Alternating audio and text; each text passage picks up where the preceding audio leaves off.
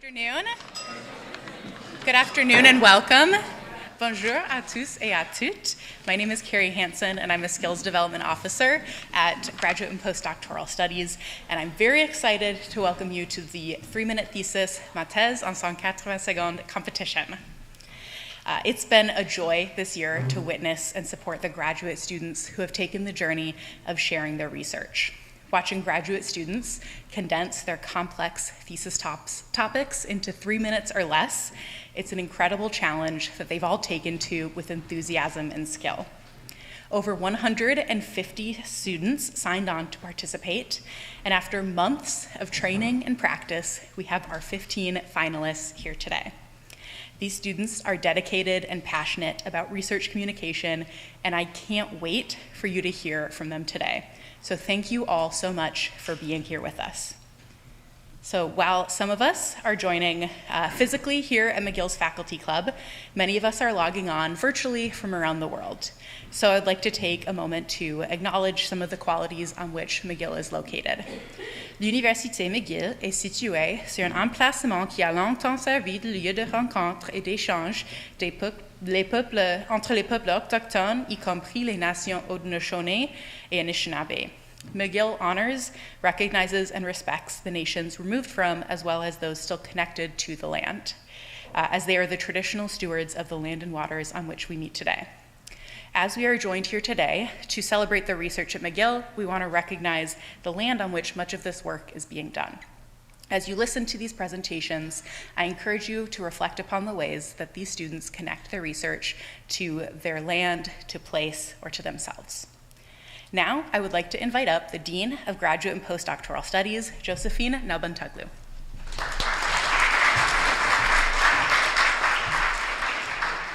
Thank you, Carrie.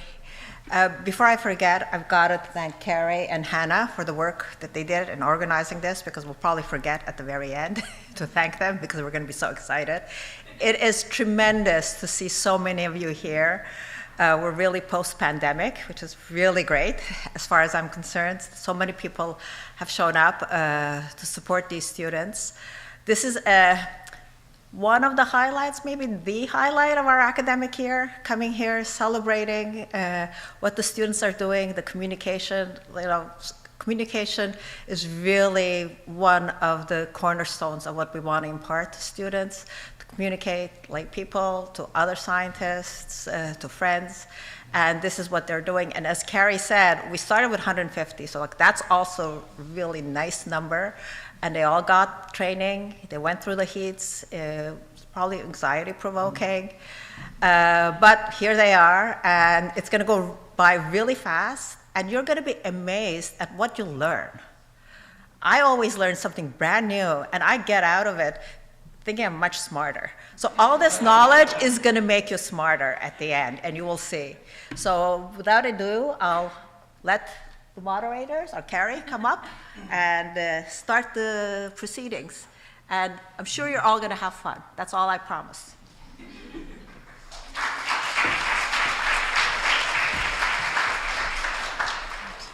Thank you so much. And as Joe said, we want to make sure we thank everyone now because it's very exciting at the end. There's a reception to follow as well if you'd like to join.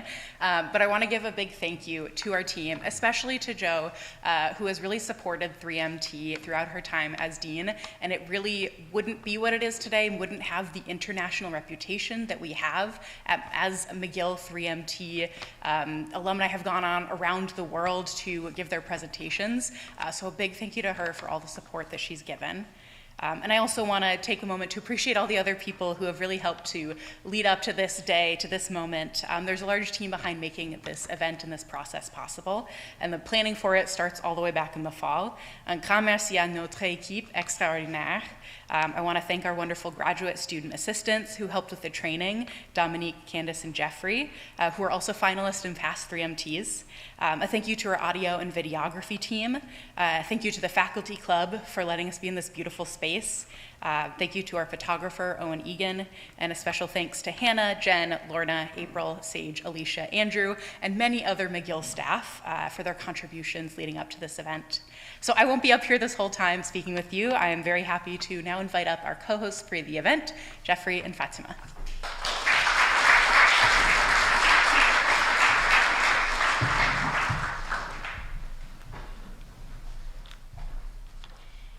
Good evening, everyone.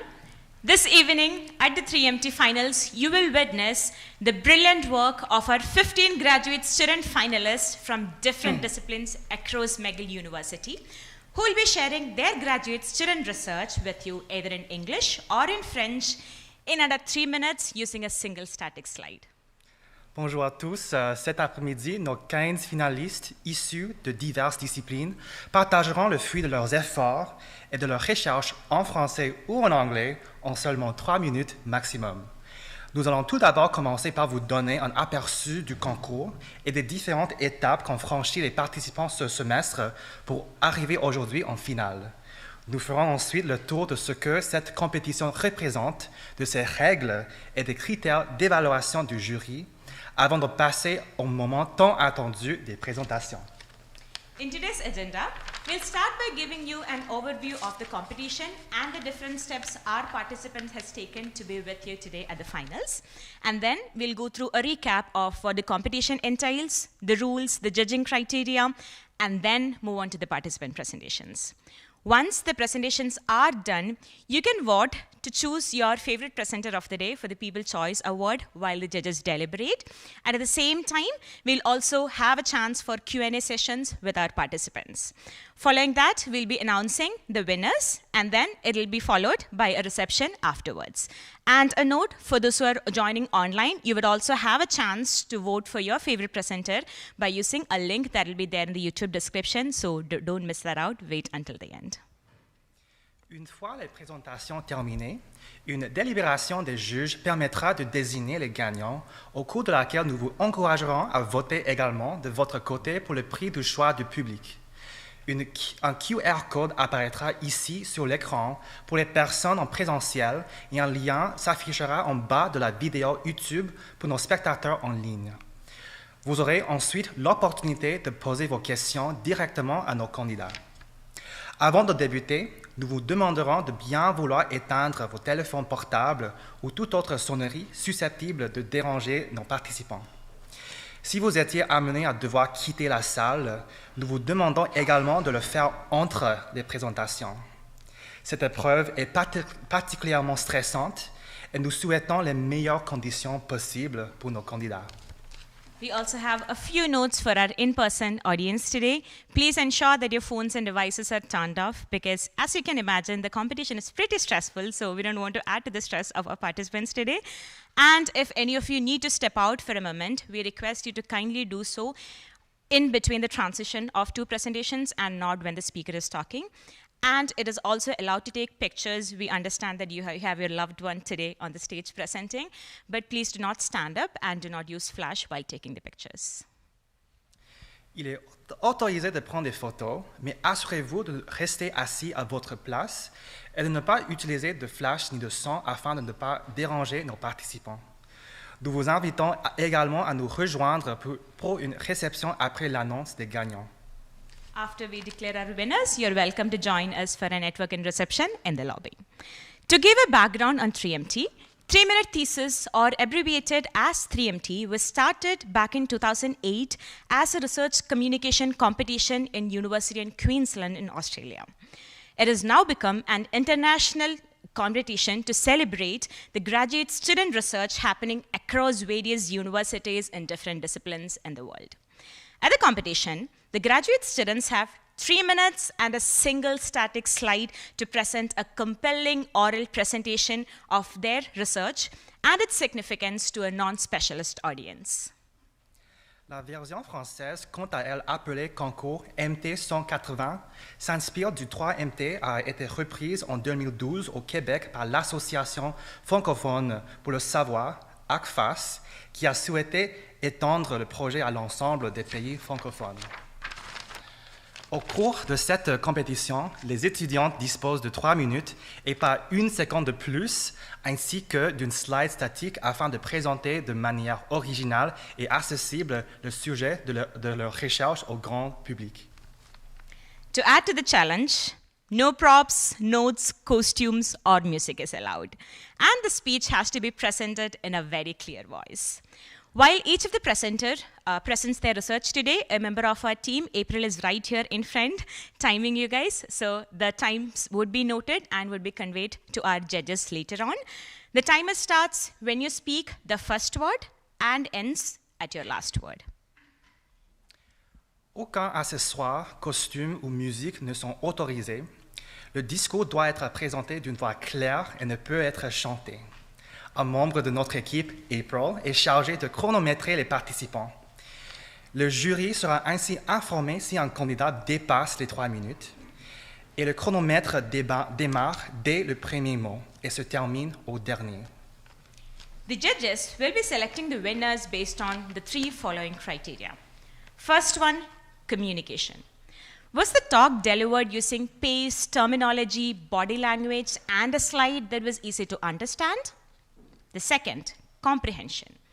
Did the speaker clearly explain the research they conducted, the results they found or anticipate finding, and the implications of the work?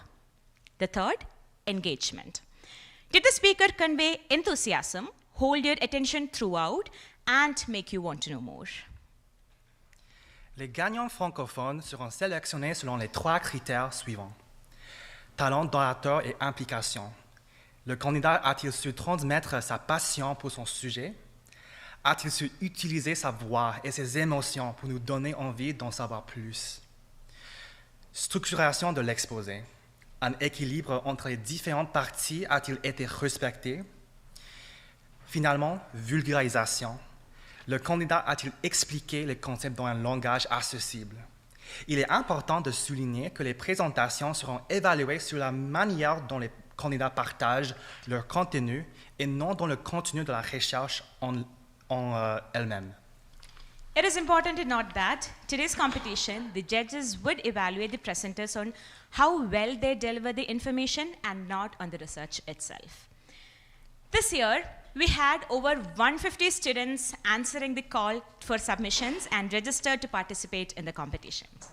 After 2 rounds of presentation skill training with us and coaching sessions, they participated in the heats we had conducted in the early weeks of March in different days. 15 best presenters selected in total from all the heats are here to present in front of you today at the finals.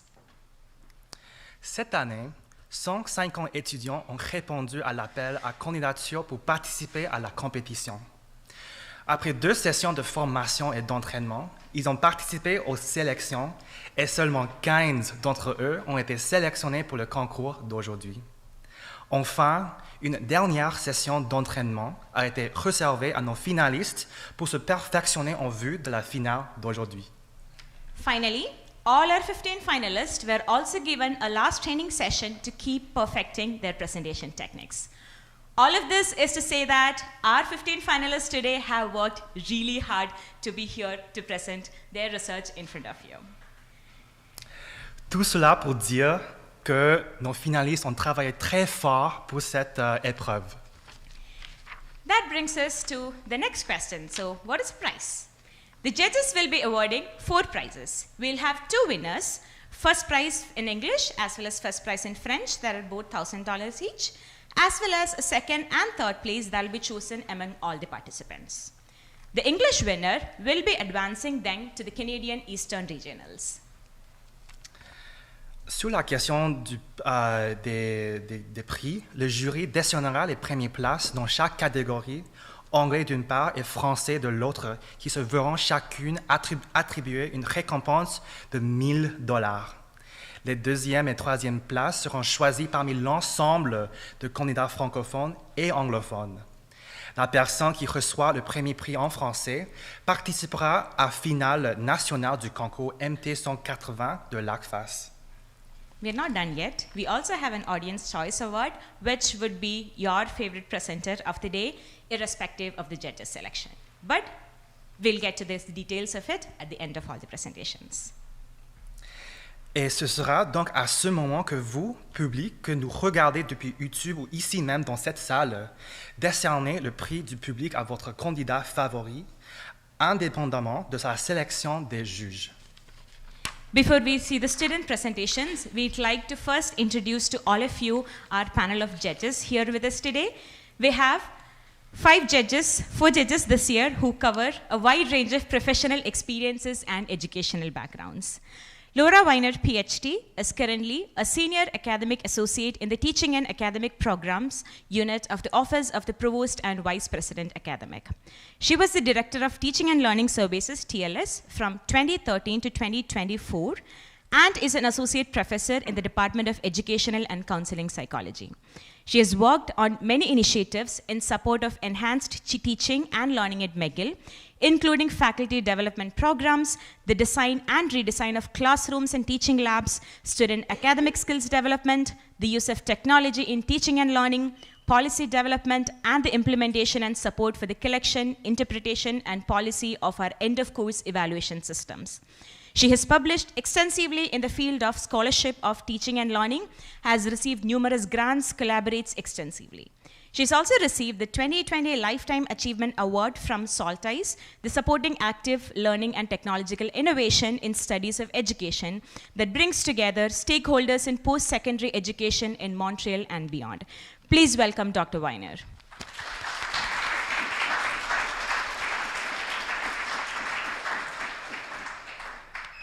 Notre deuxième juge, Natalia Liakina, est vice-provost au rayonnement du français et chargée d'enseignement principal au Centre d'enseignement du français de l'Université McGill, où elle enseigne depuis 2006. Elle est titulaire d'une maîtrise en McGill, où elle enseigne, il est titulaire d'une maîtrise en linguistique appliquée de l'Université Western Ontario, d'un baccalauréat en enseignement des langues étrangère et d'un baccalauréat en linguistique de l'Université linguistique d'État de Minsk. Son parcours à McGill s'est construit à travers des fonctions d'enseignement du français langue seconde, de leadership académique à titre de directrice du Centre d'enseignement du français, ainsi que par sa contribution à diverses initiatives institutionnelles visant à renforcer la présence du français au sein de l'université. Et dans son rôle de vice-provost, elle mène des initiatives à l'échelle de l'université visant à élargir l'accès à l'apprentissage du français, à renforcer l'engagement de McGill auprès de la communauté francophone du Québec et à soutenir l'enseignement, la recherche et l'expérience communautaire en français. Bienvenue à Natalia Liakina. Please welcome Natalia Liakina.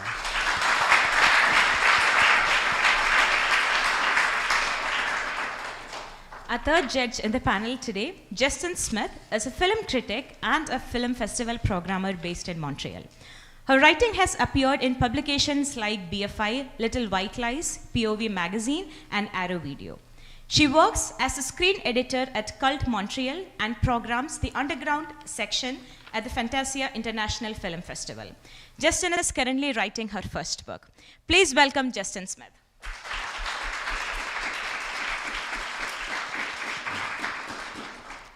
And our final judge for today's competition, which I had the pleasure of meeting last year, is Rachna Ramamurthy, who is a PhD candidate and Vanier Scholar in the Department of Civil Engineering at McGill University. She was the winner of 3MT last year at McGill and subsequently received the People's Choice Award at the Canadian Eastern Regional 3MT competition. Beyond her academic achievements, Rachna served as a University Affairs Officer for the Postgraduate Student Society between 2023 and 2025, where she worked extensively on graduate student funding and supervision initiatives. Prior to Rachna's graduate studies, she spent over 10 years as a child anchor for a children's television channel in India, hosting science and entertainment programs, which is an experience that continues to shape her commitment to science, communication, and public engagement. Let's all welcome Rachna Ramamurthy.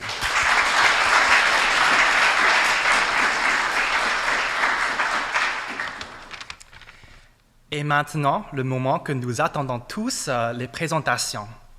Nous vous présenterons un à un les 15 candidats et les inviterons à venir sur scène pour présenter le sujet de thèse en 3 minutes. Nous rappelons que le chronomètre démarre au premier mot parlé. Bonne chance à tous et à toutes. And now, the moment we all have been waiting for. We'll introduce each of the 15 candidates who will be coming to the stage one after another to present their research to you, and the timer begins once they start talking. We would like to wish all the best to all our participants.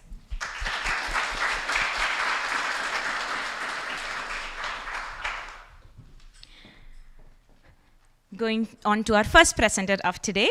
Our first presenter this evening is Lamha Kumar, a doctoral student in plant science at the Faculty of Agricultural and Environmental Sciences. Her talk today is titled, "The Sandwich Inside a Leaf."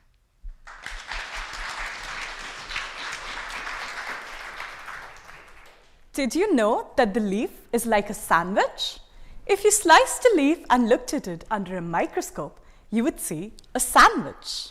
The top and bottom crusts are the epidermis, and the filling in the middle is the mesophyll, the green food-making tissue that releases oxygen for us.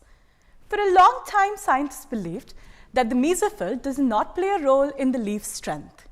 We believed that the leaf's strength came from other parts. But in engineering, sandwich structures do something remarkable. They make objects strong, yet light. The tough outer coverings absorb bending forces, whereas the soft inner core spreads out stress and prevents cracking. This same principle makes airplane wings and bridges strong yet light. So if nature built the leaf with the same sandwich structure, could the mesophyll, the tissue that feeds the world, also help the leaf endure wind, rain, and other forces of nature? That is the question of my research. Previous studies have shown that leaves with smaller, tightly packed mesophyll cells, like evergreen trees, are stronger. But since this research was done on a variety of species, it is unclear whether it's the mesophyll or other parts of the leaf that contribute to its strength. The goal of my research is to look at the role of the mesophyll alone in the leaf's strength. I do this by using a plant, Arabidopsis thaliana, the lab mouse of plant biology. Mutants exist that vary only in the mesophyll cell size and number. I use high-resolution 3D microscopy to image and segment the leaves and mesophyll. This allows me to see how tightly the cells are packed, their volume, and the volume of airspace. This allows me to screen my mutants. Then in collaboration with engineering labs, we bend, stretch, and even tear the leaves to see how much force they can endure. This allows us to see the role the mesophyll plays in the leaf's strength. Understanding this can help us see leaves not just as delicate food factories, but as remarkable feats of natural engineering. This can help us also understand the trade-off a leaf makes between food production and strength, a balance refined over millions of years. This can also inspire future sandwich structures. So the next time you see a leaf swaying in the wind, remember, inside that thin blade is a tiny masterpiece of design. And who knows, maybe one day the wings carrying you through the sky could be inspired by the sandwich inside a leaf. Thank you.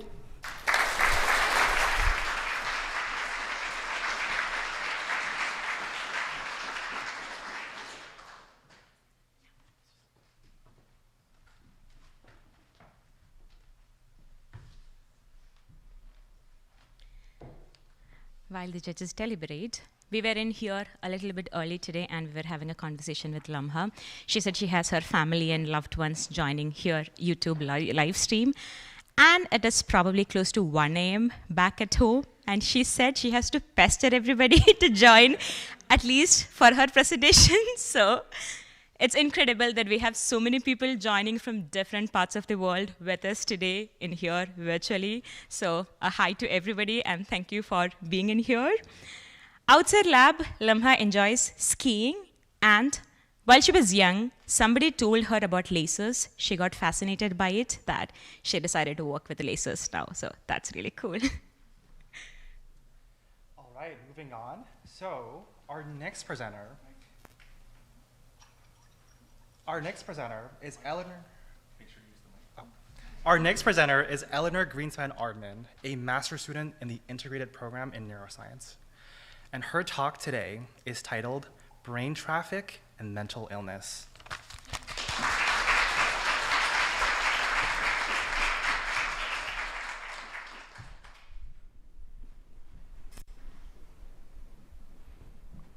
Raise your hand if you've ever driven on our Montreal roads. So you know how potholes make driving slow and difficult. But now, picture a smooth road. That's how your brain should work. In a healthy brain on the left, roads are strong, traffic flows quickly. But when living with mental illnesses, schizophrenia, depression, navigating these roads becomes harder. Mental illness is linked to impaired memory, thinking, and may increase the risk of cognitive decline like dementia. What we don't know is why. My hypothesis is this. When living with mental illness, roads have subtle cracks, slowing brain traffic. Cracks release dust, just as damaged brain cells release proteins. Two key proteins are neurofilament light, NFL, and glial fibrillary acidic protein, GFAP. In dementia, these two proteins are found at very high levels and signs of brain damage or potholes here. In mental illness, these two proteins are lower, but elevated compared to the healthy brain. I believe NFL and GFAP are early dust, signs of emerging brain damage. For the first time, my research question asks, are NFL and GFAP associated with cognition across 7 different mental illnesses? And can they predict future cognitive decline? To answer this, my method is to use our lab's large database with over 200 participants with mental illnesses, including their blood concentrations of these proteins, cognitive tests of memory, thinking, reasoning, as well as clinical data and follow-up assessments. I am working on analyses with results expected this month. The research goal is early detection before the risk of major impairment increases. In the future, my work may help preserve memory, independence, time with loved ones. My research can't fix the potholes here in Montreal, but it will try to predict cognitive decline in mental illness. Thank you.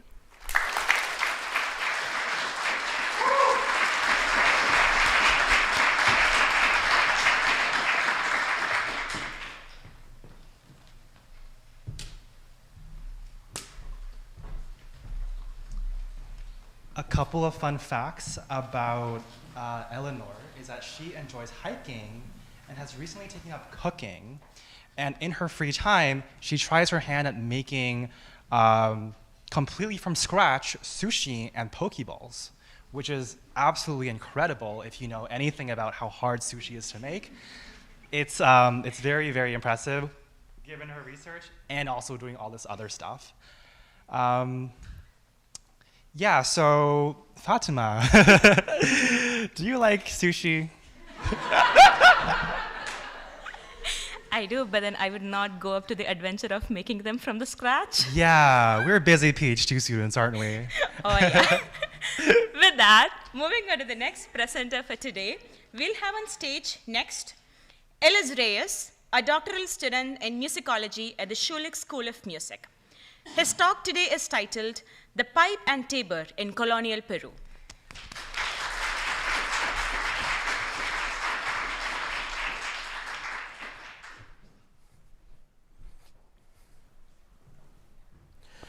Picture this.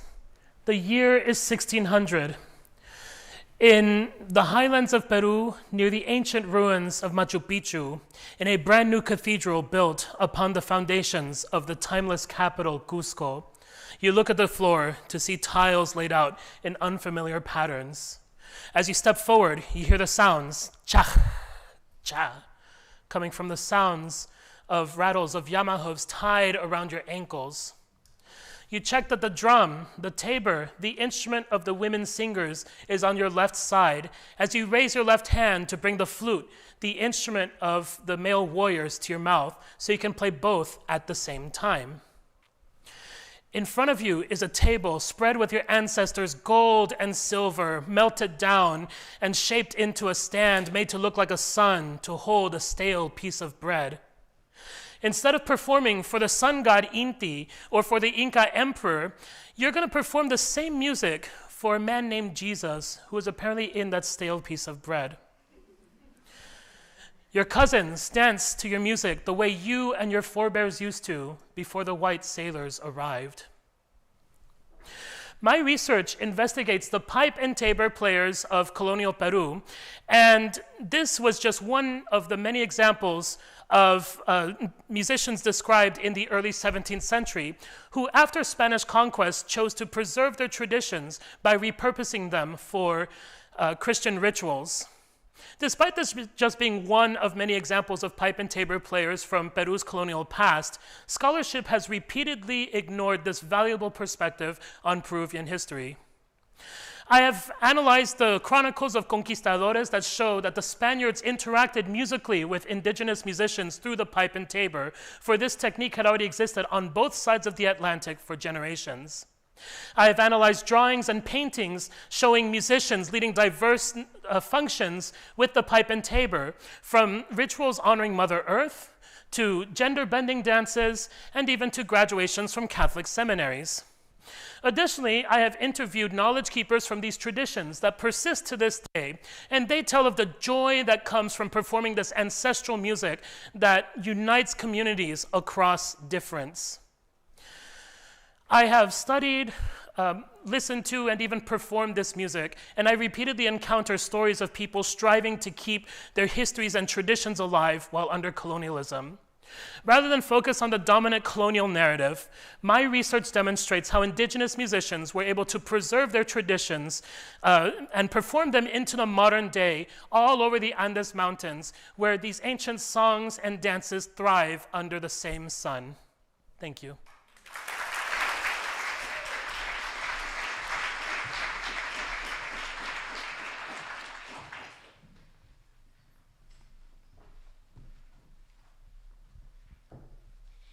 Ellis enjoys drinking tea and playing board games with his friends.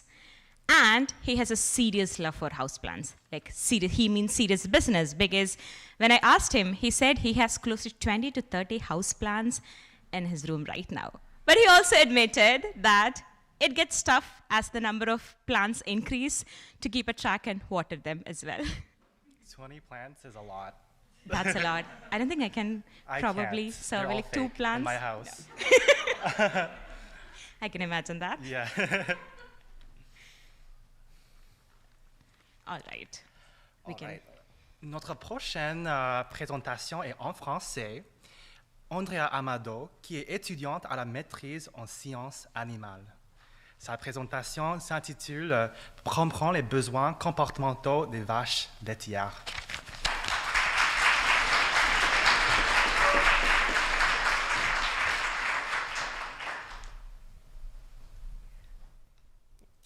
Vous avez probablement déjà aperçu des vaches broutées dans un champ lors d'un trajet en voiture ou d'une balade à vélo. Broutées comme leur besoin physiologique universel, s'alimenter. Au Québec, ce ne sont pas toutes les fermes qui offrent un accès à l'extérieur permettant aux vaches de brouter. Mais les vaches restent bien nourries et leur besoin de s'alimenter est comblé. Pourtant, les vaches n'ayant pas accès à l'extérieur passent aussi une grande partie de leur journée à lécher, mâchouiller et tirer des aspects non comestibles de leur environnement. Pourquoi? Parce qu'au-delà de l'alimentation, l'action de brouter répond à un besoin de manipulation orale, un besoin moins prioritaire, mais peut-être tout aussi important. Comme un chien qui mâchouille son os, si son besoin de manipulation orale n'est pas exprimé pleinement, ça peut nuire à son bien-être ou votre divan. Au cours de ma maîtrise, je souhaite répondre à cette question. Est-ce que la manipulation orale est un comportement essentiel pour les vaches n'ayant pas accès au champ? Pour y répondre, nous avons créé un objet, soit un tuyau de PVC sur lequel nous avons noué des cordes et des anneaux. Tout comme les humains, les vaches sont des êtres très routiniers. C'est pourquoi nous avons décidé d'habituer les vaches à recevoir leur objet à la même heure, pendant 1 heure, et à chaque jour, pendant 4 jours. Au 5e jour, une fois la routine bien établie, j'ai décidé de ne pas leur installer leur objet. Et c'est là que j'ai vu que les vaches, tout comme moi quand on me prive de mon café le matin, savent très bien exprimer leur frustration. Bon, il peut sembler contre-intuitif de frustrer les vaches dans un contexte de bien-être animal. Dans mon domaine, la frustration peut servir d'indice pour comprendre l'importance d'un comportement. Elle apparaît lorsqu'un animal est motivé à exprimer un comportement, mais qu'on l'empêche. Ainsi, j'ai voulu observer les réactions de mes vaches face à cette épreuve. Vont-elles rediriger leur comportement de manipulation orale vers d'autres aspects de leur environnement? Vont-elles exprimer leur frustration à travers leurs interactions sociales? Ou, au contraire, vont-elles simplement continuer leurs activités habituelles, suggérant que ce besoin n'est peut-être pas essentiel? Les réponses à ces questions me permettront de comprendre si la manipulation orale est réellement importante pour les vaches. Si c'est le cas, la solution pourrait être très simple. Leur offrir des objets à manipuler comme des cordes ou des chaînes, des objets peu coûteux que la plupart des producteurs ont déjà sous la main. Un petit changement qui pourrait améliorer leur quotidien et leur bien-être. Alors, la prochaine fois que vous verrez des vaches broutées dans un champ, souvenez-vous que leur bien-être ne dépend pas seulement de ce qu'elles mangent, mais aussi de ce qu'elles ont la possibilité de faire. Merci.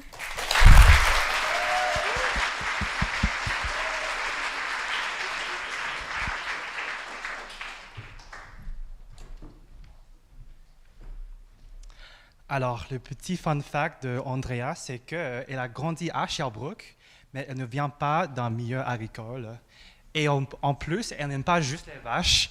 Elle a aussi un petit cochon d'Inde appelé Gatsby, qui a 7 ans, un petit bébé. Et en plus, Andrea est un Swiftie. Je n'aime pas ça. Et elle a vu un spectacle à Lyon de Taylor Swift en France. Donc, je ne suis pas jaloux du tout, mais tellement impressionnant. Moving on to our next presenter for this evening is Alina Wong, a master's student in chemical engineering. Her talk today is titled, Creating Synthetic Blood Vessels.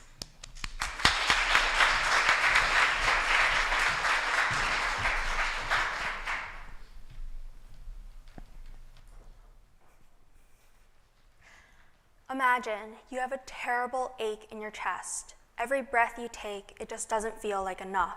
Something is terribly wrong. You rush to the doctor and she explains that you have coronary artery disease. One of the blood vessels in your heart has become clogged with plaque, limiting blood flow. You're actually quite lucky. Any longer, and the blood vessel could have become completely blocked, leading to a heart attack. So what are your options? One surgical treatment that can be done is a coronary artery bypass graft, which is used to reroute the blood around this blockage in your heart.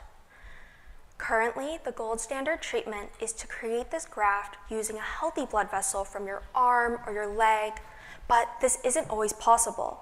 Some patients do not have a suitable blood vessel, and the surgery causes injury to the donation site and can be incredibly painful.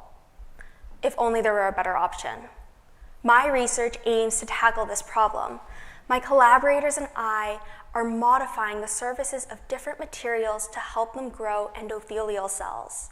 These are specialized cells that line all of our natural blood vessels. They're truly incredible.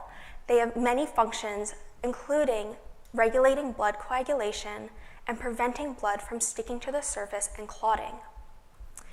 I'm using a polymer called polycarbonate urethane, which stretches and bends the way a natural blood vessel does. But it doesn't inherently encourage the growth of these endothelial cells. So I am adding a layer of polydopamine to act as an adhesive for special biological molecules called peptides, specifically RGD. RGD peptides help these endothelial cells to stick, grow, and form that protective lining which will help reduce blood clots from forming on the surface. Now, I hope you or your loved ones will never need my research. The reality is that the Canadian Medical Association Journal estimates that a coronary artery bypass graft occurs over 15,000 times in Canada alone.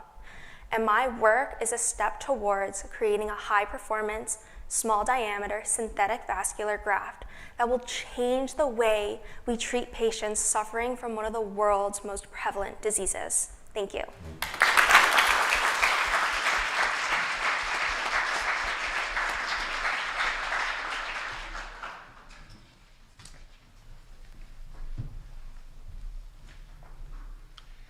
Alina loves to knit and crochet. It is something that she picked up during COVID and has progressed from making stuffed toys to tops now. And she even admitted that while we were doing a practice run, she wished she could also crochet parallelly because that really calms our nervous system down. And I guess as graduate students, we all need to find some activities to calm ourselves.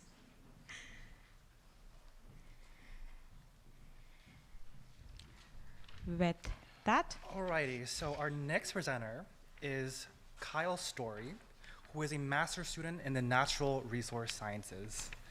And his talk today is titled Polar Parallels for Martian Microbes.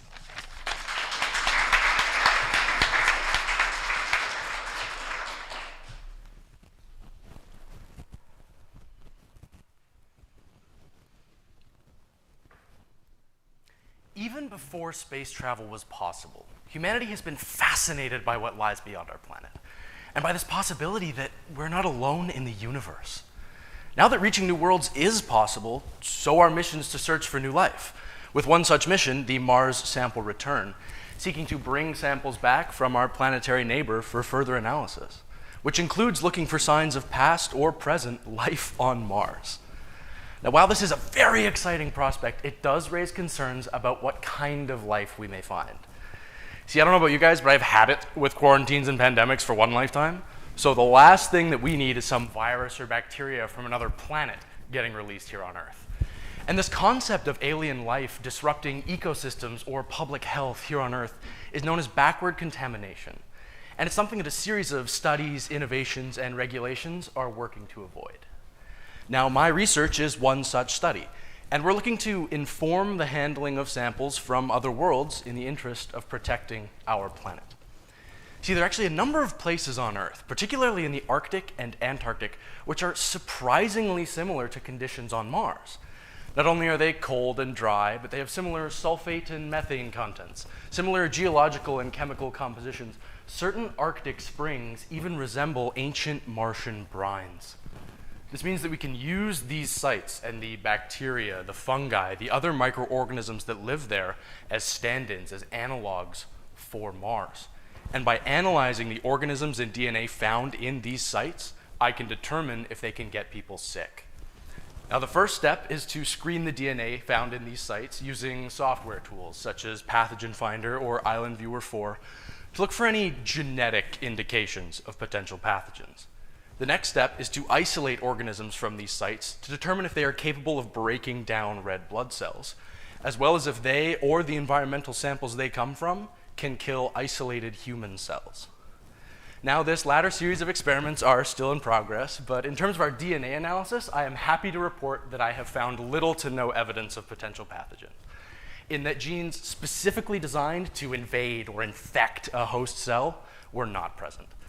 This being the case, I want to cautiously reassure you all that the idea of some horrifying Andromeda strain returning from Mars remains unlikely. But that is no reason for us to be careless. Using this research and future studies like it, we hope to assemble an analysis pipeline, which will allow us to consistently assess the risk that extraterrestrial samples pose to life on Earth. This will allow us to protect our planet as best we can as we continue to bring samples back from new worlds, discover wonderful things in the cosmos around us, and as we continue to carefully explore the final frontier. Thank you.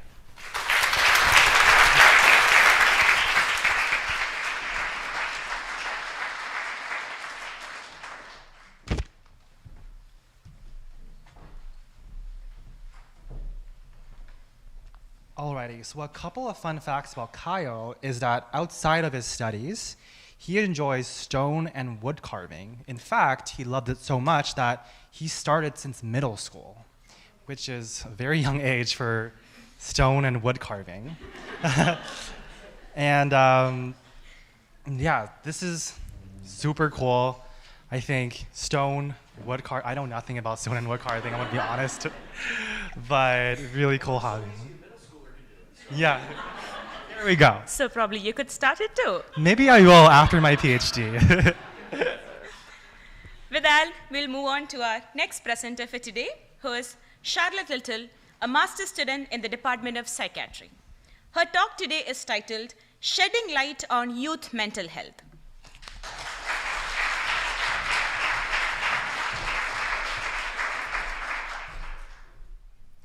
Canada is currently facing a youth mental health crisis. More than 40% of young Canadians have unmet mental health needs. A factor that may contribute to this poor mental health in youth is something as simple, as seemingly harmless, as light at night.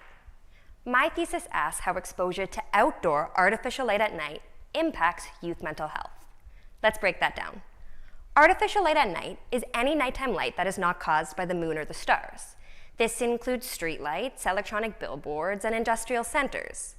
Light from sources such as these is then scattered by particles in the atmosphere, visibly brightening the night sky by creating something called sky glow.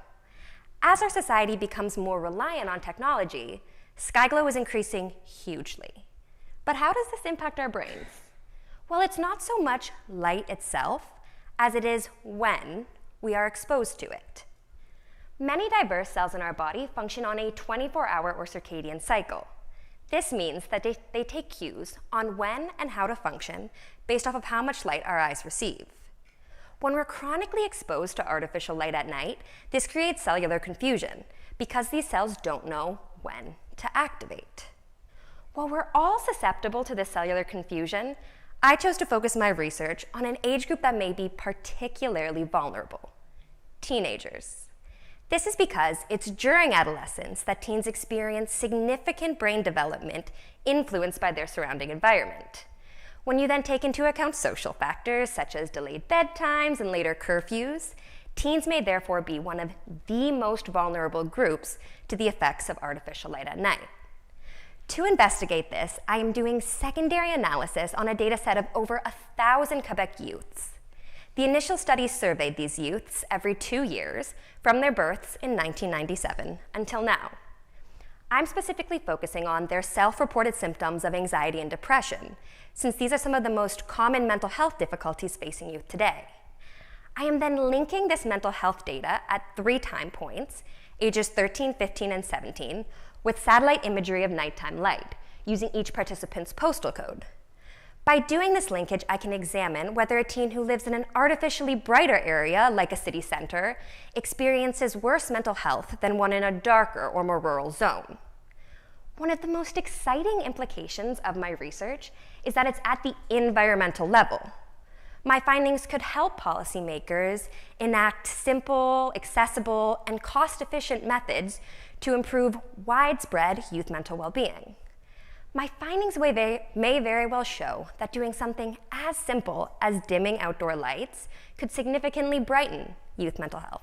Thank you.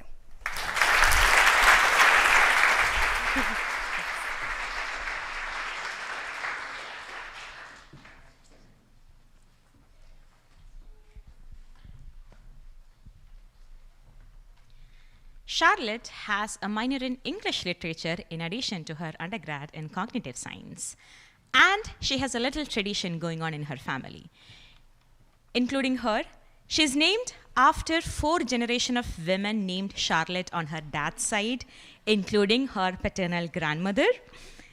And she has also perfected the recipe for sourdough. So if any of you has been struggling with that, make sure to talk to her after the presentations are done. Alors, on retourne en français parce que notre prochaine participante est Edarna Ferron, étudiante au doctorat en génie chimique. Sa présentation s'intitule « Conception d'un pancréas bio-artificiel ».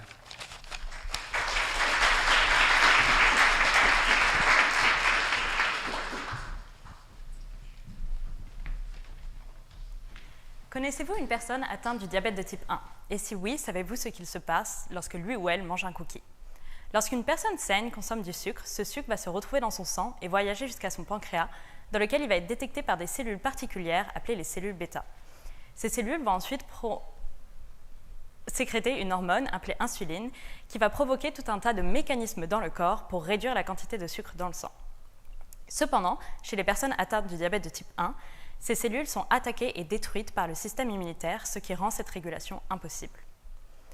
À l'heure actuelle, les personnes atteintes du diabète de type 1 peuvent soit prendre de l'insuline artificielle tous les jours, ce qui est un traitement très lourd pour les patients, ou alors ils peuvent se faire greffer des groupes de cellules appelés les îlots pancréatiques qui contiennent ces cellules bêta.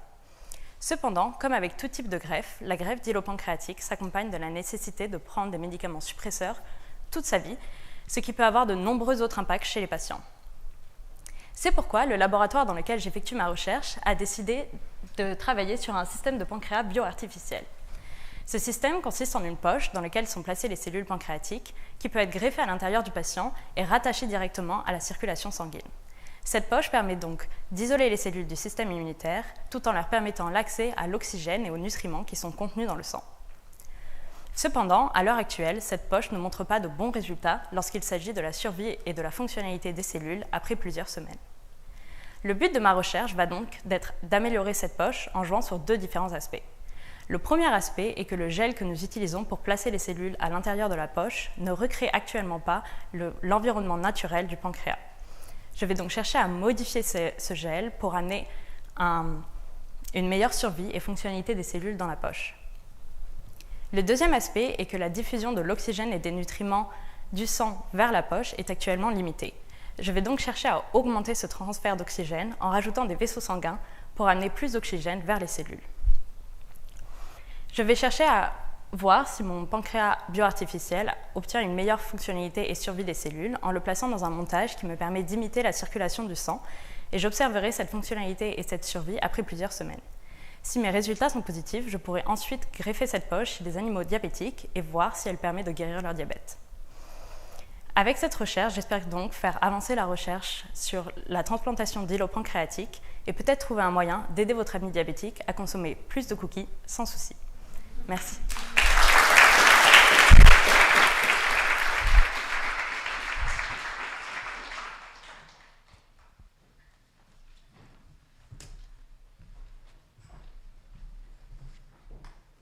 Alors, des petits fun facts de Erderna, c'est qu'elle fait beaucoup de courses à pied et qu'elle prépare son premier marathon cette année. Vraiment impressionnant. Et j'ai récemment réalisé qu'un marathon, c'est 42 km. 42 qui est une énorme tâche. Donc, un doctorat et un marathon. Impressionnant, Erderna. C'est tellement cool que tu peux faire les deux. Et voilà, donc je vais probablement te voir autour de la canal de Chine cet été peut-être. Our next presenter for this evening is Midhat Noor Kiani, a doctoral student in the Department of Integrated Studies in Education. Her talk today is titled, Student-Led Sustainability Clubs as Hidden Sites of Learning.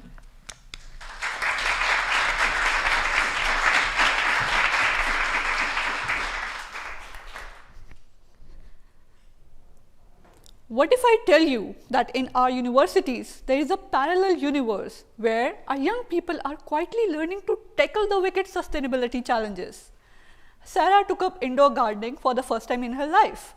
Sasha became deeply conscious of avoiding single-use plastics. Do you know what's common between both of these real and transformative stories? Student-led sustainability clubs. There are more than 20 such clubs at McGill alone. But here's the problem. Previous research shows that what students learn in these spaces just remains largely invisible in conversations about sustainability, in and beyond the context of higher education. This is what motivated my research. I started my research with the question of what, why, and how are students learning in these sustainability clubs? To explore this, I recruited student leaders from 6 different sustainability clubs across McGill. Using photo elicitation approach, I asked them to share photos of their most significant learning moments. I brought a few here with me today to bring you a little closer to my research. Using these photos, I asked them what I engaged in semi-structured conversations with them to unpack what led to those learning moments. I then started tracing patterns across their photos and stories, like sorting through a box of mixed beads, grouping similar pieces, and then stepping back to see the emerging patterns, a technique we call inductive thematic analysis in qualitative research. My findings reveal something very powerful. These clubs acted as training wheels communities where students developed and practiced sustainable behaviors like indoor gardening. But what shocked me the most was they did not reject classroom learning. In fact, it was through their university courses that they developed understanding of complex concepts like circular economy. But here's the dilemma. Classes focused on first-order learning, meaning theoretical concepts, processes, and challenges irrelevant to real life. Relatable, right? In the class, it's usually like, oh no, we are doomed. But in the club like this, you can apply that knowledge and be like, okay, I know what we could do. Can we actually do that? Students develop action competence for sustainability, a sense of accomplishment, hope, and ability to create an action, an impact, even if it was at a smaller level. My work with Sasha, and many others reminds me that universities may not need another sustainability course as much as they need to acknowledge, support, and complement the learning already happening in that campus garden, a bike repair club, or a students' meeting down the hall. Thank you.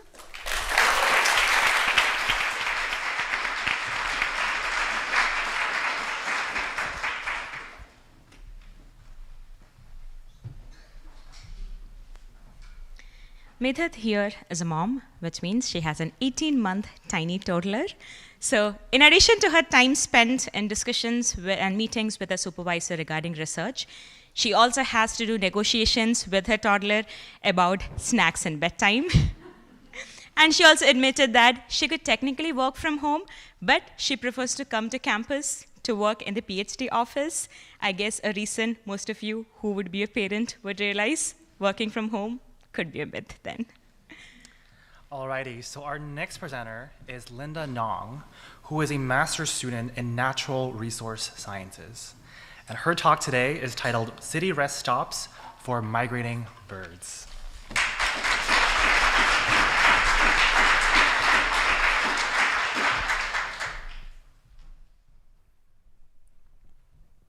This is Mert, a yellow-rumped warbler. This cute little guy could easily fit in the palm of your hand. Every year, he will migrate thousands of kilometers between his breeding territory in northern Canada and his winter home in Mexico. As you can imagine, it's an exhausting journey for such a tiny bird to fly for thousands of kilometers. In order to accomplish this, Mert must take breaks throughout his migration. During these breaks, he will be resting in one place for multiple days, eating as much food as he can to replenish his energy before he can fly to his next stop. Now, Mert isn't migrating alone. Every year, he is joined by billions of other birds in their long journeys, but these bird populations have been declining significantly, mostly because of habitat loss. People have replaced a lot of natural forests with urban cities along their migration routes, and oftentimes, birds end up using city parks as a rest stop. But the habitat in a city park is very different from the habitat of a natural forest, and if birds cannot find enough food to eat at their rest stops, they're not going to have energy to survive the rest of their migration. For my thesis project, I want to answer the questions, what specific habitat features are birds relying on within city parks? And are the parks providing the right food resources for the birds? Answering these questions will tell us how we can improve our city parks so that birds that rest here will be able to find everything they need. To do this, we will be tracking 8 different species of migratory birds in an urban Montreal park. We will be using tiny radio tags that the birds will wear, kind of like a mini backpack harness, and these tags will tell us exactly where the birds are going. From this, we can figure out which specific habitat features birds use the most and how much habitat they need to find all of their food. We will also be collecting poop samples from the birds to see what exactly are they eating. I hypothesize that birds in city parks will have a harder time finding enough food to eat, so they'll have to look for food in a bigger area. And I also hypothesize that their diets will contain less nutritious food items than birds in a more natural area. This is because cities tend to have very small forests, And within these forests, there are more invasive plants and disturbances from people, cars, and pets that the birds are not used to. So going back to Mert, if he doesn't find enough food to eat when he's resting here in Montreal, he's not going to have the energy to survive the rest of his migration. Without his help to eat insects and spread plant seeds, our world would look very different. And it would be sad for us too if we no longer heard singing birds anymore. So if we can figure out how to make our city parks better places for birds, we can help Mert and all the other migratory birds on their long journeys. Thank you.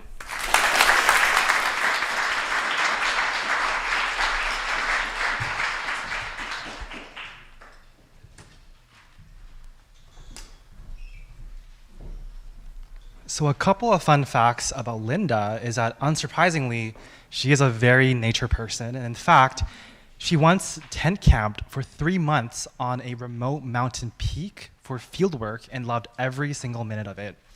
And you guys are gonna love this. Her adventures include mild propane poisoning while cooking rice, multiple near encounters with rattlesnakes, and to top it all off, a mountain lion walking through the camp one night.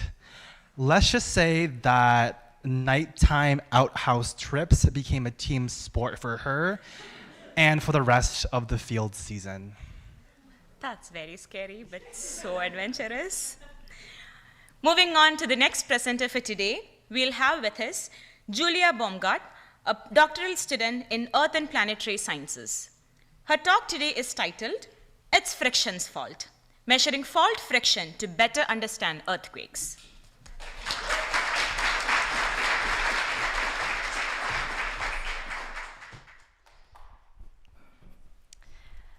Earthquakes have everything to do with friction.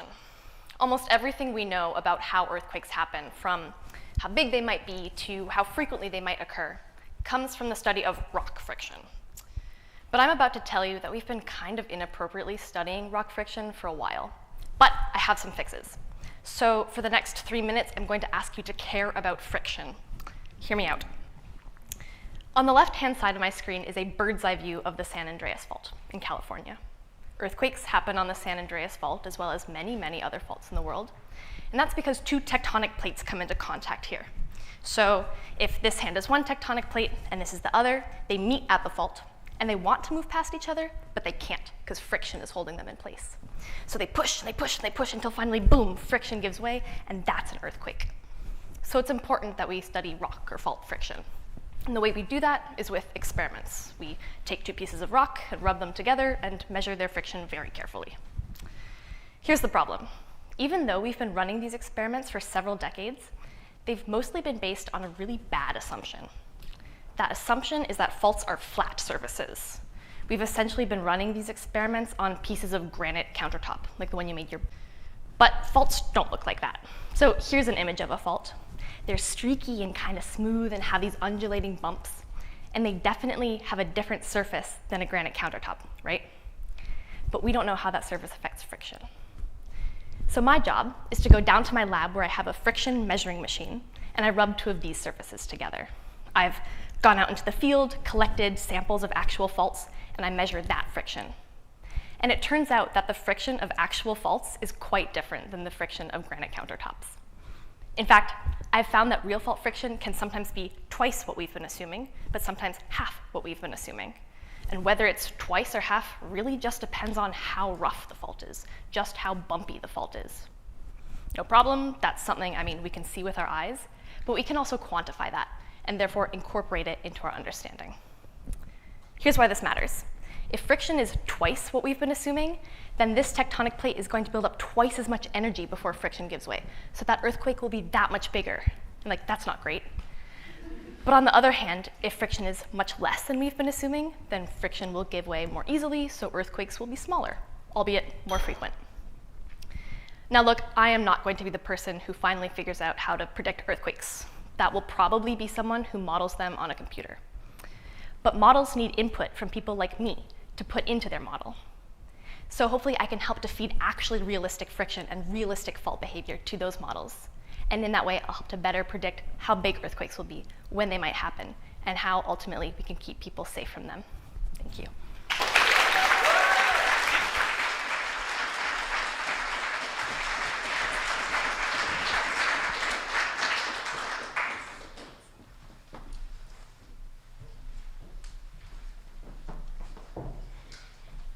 You guys have to listen to this. Julia has run across the continent. Yes, well, nobody needs to know that the continent was only 5 kilometers across at that location. Before you guys go ChatGPT or Google about the location details, she has revealed the secret location, which is in Auckland in New Zealand. So if any of you, like me, is not a runner and is planning to surprise your colleagues and family, go talk to her afterwards. I did ask her quite a few details about it. Alors, notre prochain participant est Gabriel Blanco Gomez, étudiant au doctorat dans le programme intégré en neurosciences. Sa présentation s'intitule « Le plus grand super pouvoir d'un bébé ».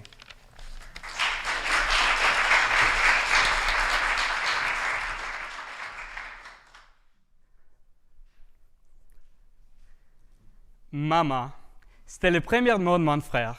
Même avant de savoir marcher, avant de savoir placer ses chaussures, il déjà maîtrisait l'un des plus grands super-pouvoirs de l'humanité, le langage. Le langage humain est incroyable. Il n'est pas limité par le contexte. Nous pouvons parler du passé, du futur, des choses abstraites comme la philosophie ou la tristesse. Mais savez-vous comment?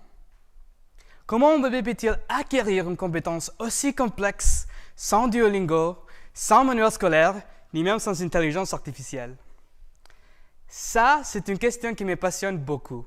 Et pour y répondre, j'ai étudié le cerveau de 550 bébés à l'aide de EEG, un petit casque qui nous permet de mesurer l'activité neuronale. Et voici le résultat de ma thèse. Pour que le langage puisse se développer, on a besoin de 2 éléments. Le premier, ce sont les ondes gamma. On peut les comparer un peu à un chef d'orchestre. Tout comme un chef d'orchestre demande aux musiciens de jouer plus fort ou plus doucement, les ondes gamma régulent l'activité du cerveau. Et ici, le timing est très important. En fait, les enfants avec trop d'activité gamma, c'est-à-dire un chef d'orchestre qui allait trop vite, étaient plus susceptibles de développer des troubles de langage. Alors, le deuxième élément, c'est la connectivité. Je vous explique. Pensez à un fruit rouge. Et à 3, vous pouvez me dire ce fruit. Vous êtes prêts? 1, 2, 3. Le fait que vous avez dit pommes ou fraises est un exemple de comment votre cerveau travaille en réseau. Votre cortex visuel a imaginé quelque chose de rouge et de rond. Votre mémoire a dit « Ah ben oui, pomme ». Et votre larynx a travaillé avec le cerveau pour les prononcer. Et en tant qu'adulte, vous avez fait ça de manière instantanée. Pourquoi? Parce que vous avez du bon timing et aussi connectivité. C'est-à-dire un riche réseau de connexions solides entre les différentes régions du cerveau. Mais notre rôle en tant que chercheur n'est pas seulement de comprendre comment le cerveau fonctionne, c'est aussi d'aider. C'est pour ça qu'une grande partie de ma thèse se concentre sur les enfants autistes. Parce que mieux on peut comprendre comment le langage se développe, mieux on peut les aider à surmonter les troubles du langage. Parce que maman est plus qu'un mot. Ce sont 2 syllabes qui représentent l'aboutissement des millions d'années d'évolution et de biologie. Et la preuve que chaque bébé a aussi des super pouvoirs. Merci.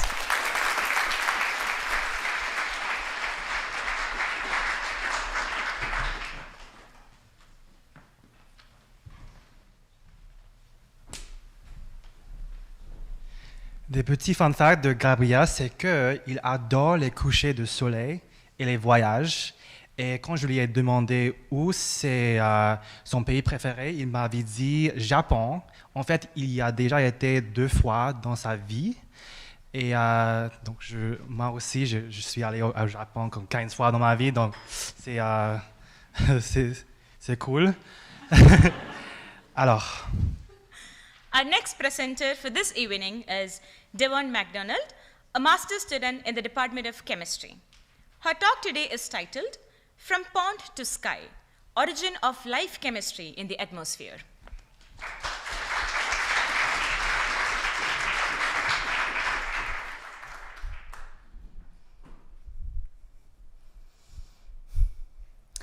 In 1871, Charles Darwin wrote a letter to his close friend, Joseph Dalton Hooker, in which he outlined his ideas for the origin of life by describing a warm little pond. This term may or may not be familiar to you, but it is familiar to the scientific community, as warm little pond has been widely used to introduce the ideal environment for the origin of biological life. It is often considered the accepted explanation for how the first life forms were generated. In reality, understanding the exact way these complex biological systems came to be is still in progress, and sometimes you need to look outside the box, or in this case, the pond. My research looks at amino acids, which are the building blocks of proteins and essential for life. The bonding of one amino acid to another is called a peptide bond and is the basic mechanism for the production of a protein molecule. But many amino acids do not bond readily inside liquid solutions containing early Earth simulations. But what if we look at these reactions in something else? Atmospheric aerosols are defined as small, solid, or liquid suspensions in air globally distributed in the atmosphere of Earth, aka the tiny droplets in the air all around us. Aerosols would have formed naturally on early Earth and contained chemical elements that underwent reactions. However, these reactions are different than what you might expect in a simple beaker, as they are faster and more optimal. For me, this opens the door to a whole new world of possibility beyond Darwin's pond, such as peptide bonds of amino acids. So, we want to know if amino acids can form peptide bonds inside atmospheric aerosols. But how can we look at a chemical reaction in something so small? Optical trapping is a method developed for single particle levitation and is what I use to monitor the chemical transformations inside aerosol droplets. About the size of my palm, our optical trap uses 2 light beams that levitate a droplet and allows us to record the chemistry in real time. We can look at the individual chemical bonds that are breaking and forming, specifically the peptide bonds of amino acids. My research looks at underdeveloped ideas that may not align with what is generally accepted.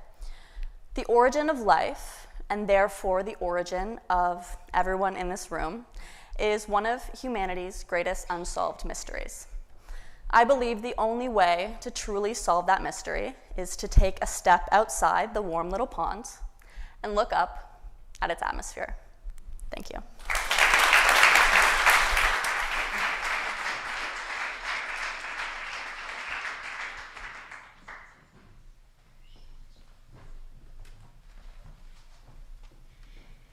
Devon here is a legend. She can identify all the flags in the country, in the entire world from the memory. Well, we are talking about close to 197 flags. I have the shortest memory. Huh? We're going to test her after this. Oh, probably. Alrighty, so our next presenter is Meghana Munipalli, who is a doctoral student in biomedical engineering. And her talk today is titled, "It Takes a Cell Village, Simulating Cell Decisions to Build Better Biomaterials."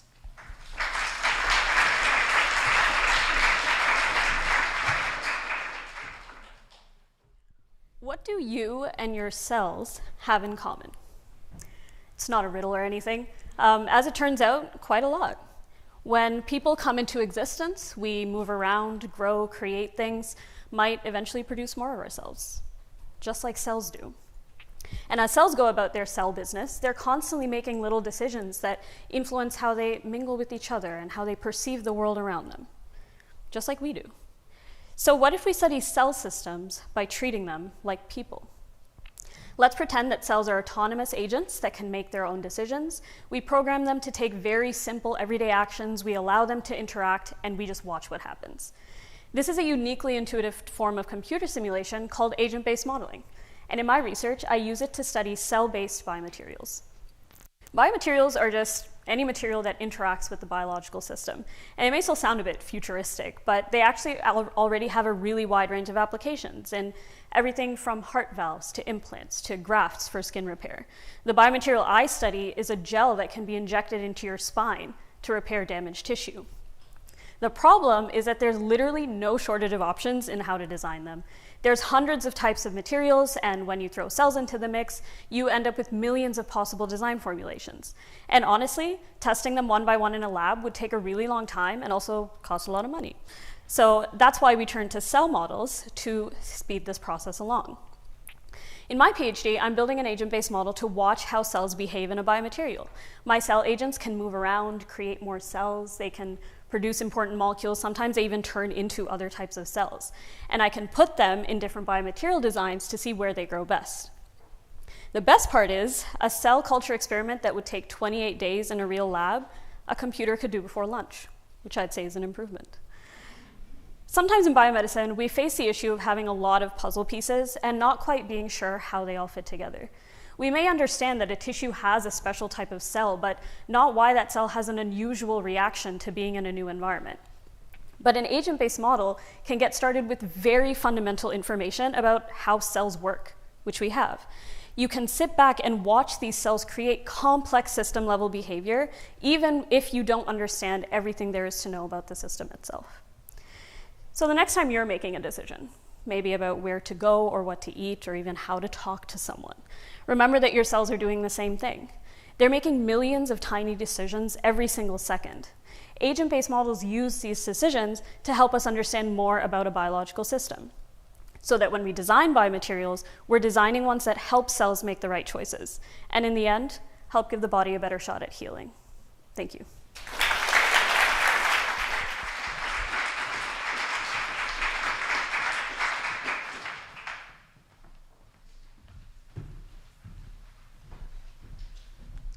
So a couple of fun facts of Meghana is that she is an adrenaline junkie, and she has a bucket list of roller coasters she's working her way through.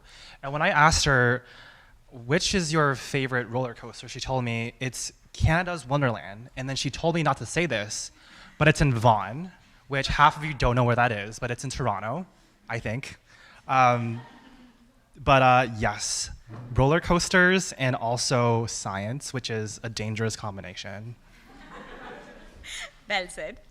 With that, let's move on to the final presenter of this evening. We have with us Kundan Noor Sheikh, a doctoral student in information studies. Her talk today is titled From Floods to Futures: Community Voices, Community Resilience.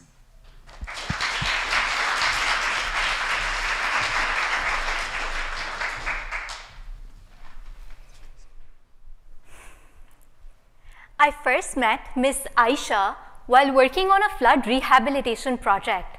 She's a local school teacher in Himmatabad, which is a small rural settlement in Pakistan. Miss Aisha's community was devastated by the Sindh flash floods, a recent example of the grave impact of climate change in the global south. In the uncertainty that followed, people had questions. What's the extent of the damage? What needs to be rebuilt? And how? In a community disconnected from official news channels and the internet, Miss Aisha rose to the challenge of addressing such questions. With her limited resources, she designed this community information board. Roads, houses, schools.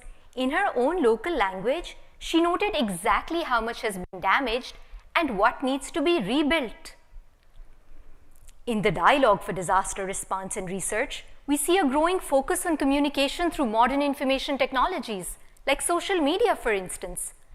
However, in real moments of crisis, it's often local community members, like Miss Aisha, who become the information backbone of on-ground recovery.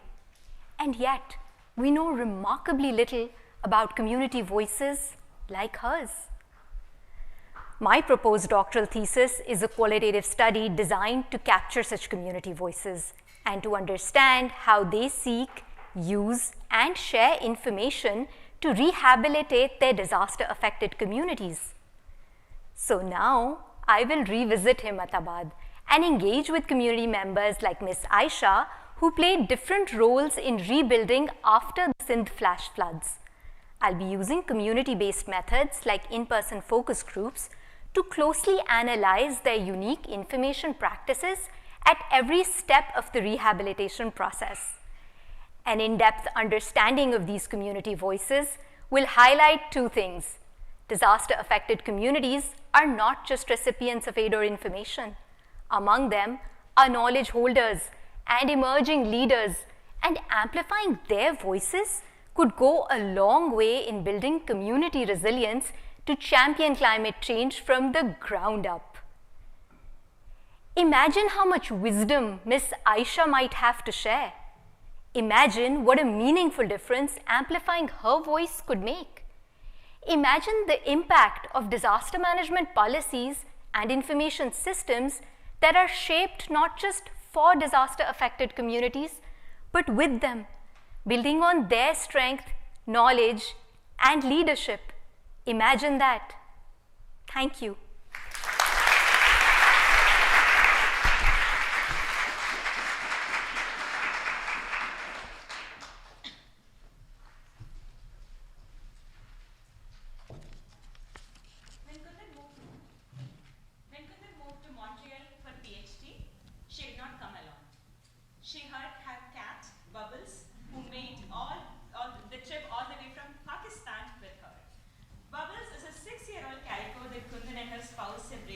Since she was 2 years old, she was a rescue, and she's been Kundan's emotional support creature throughout this entire journey.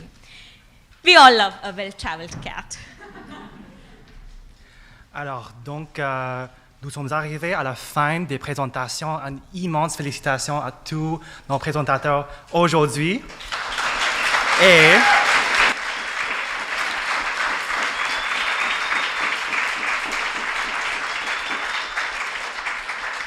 nous invitons maintenant les juges à quitter la salle afin de délibérer. Thank you so much to all our presenters for giving a really good presentations today. We now invited the judges to leave the room with Carrie for deliberation. And at this time, we shall open the voting for People's Choice Award. Préparez-vous à voter pour le prix du public.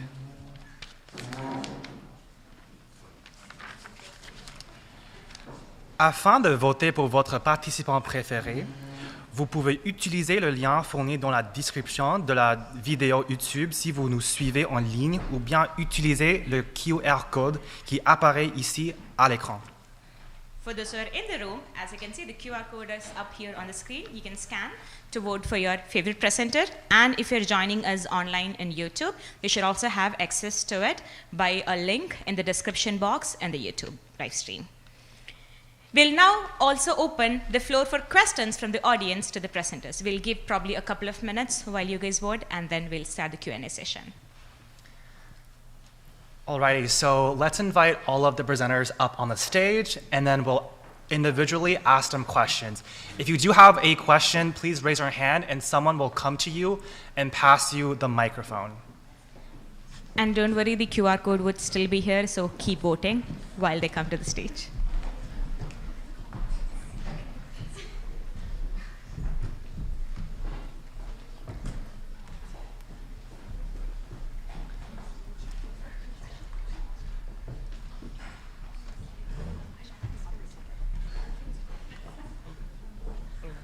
Alrighty, does anyone have...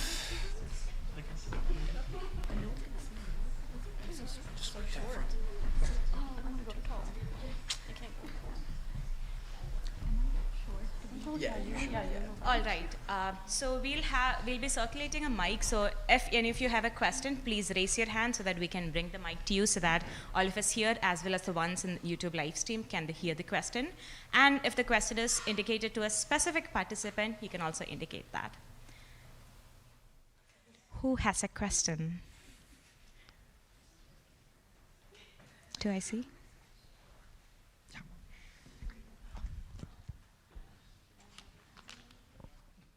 Question for Ellie. What's your favorite kind of sushi to make?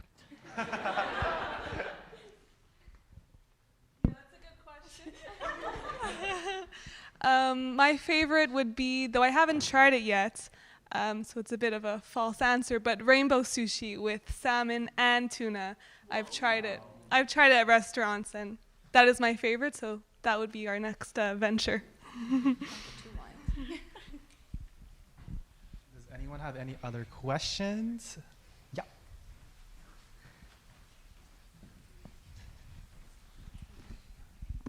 I have a question for Linda. I was wondering if there's anything we could do for Mert, just in general. That's a fantastic question. So one of the most important things we can do is provide good habitat for birds, especially, it doesn't matter if they're migratory birds, if they're here year round, but having native plants, if you have a yard that you can plant things in, or even if you have a balcony that you can have like a few potted things, those help for wildlife in general. So generally native plants are better for birds, but just providing any kind of cover that the birds can shelter in and look for food in is really helpful to them. And another thing that is really important within cities is that window collisions are a big problem for birds, where the reflective windows, birds can't tell that it's glass. They think that the tree in the reflection is a tree they can fly to. So they hit these windows and oftentimes they don't survive that. So there's a lot of ways that we can make the windows safer for birds. And one of the best methods is through these like little dots. You've probably seen them on some buildings, maybe around campus or in the city, but these dots kind of break up the window reflection so the birds see that there's something there that they can't fly into, and that reduces the number of birds that collide with windows a lot. And then the last thing that you can do to add to the list is if you have any cats, to keep them indoors, because cats are really, really good at catching birds. That's what they're made to do. And you know, if your pet goes outside, you don't really know what they're up to out there, and oftentimes they are catching birds. So we don't want that to happen.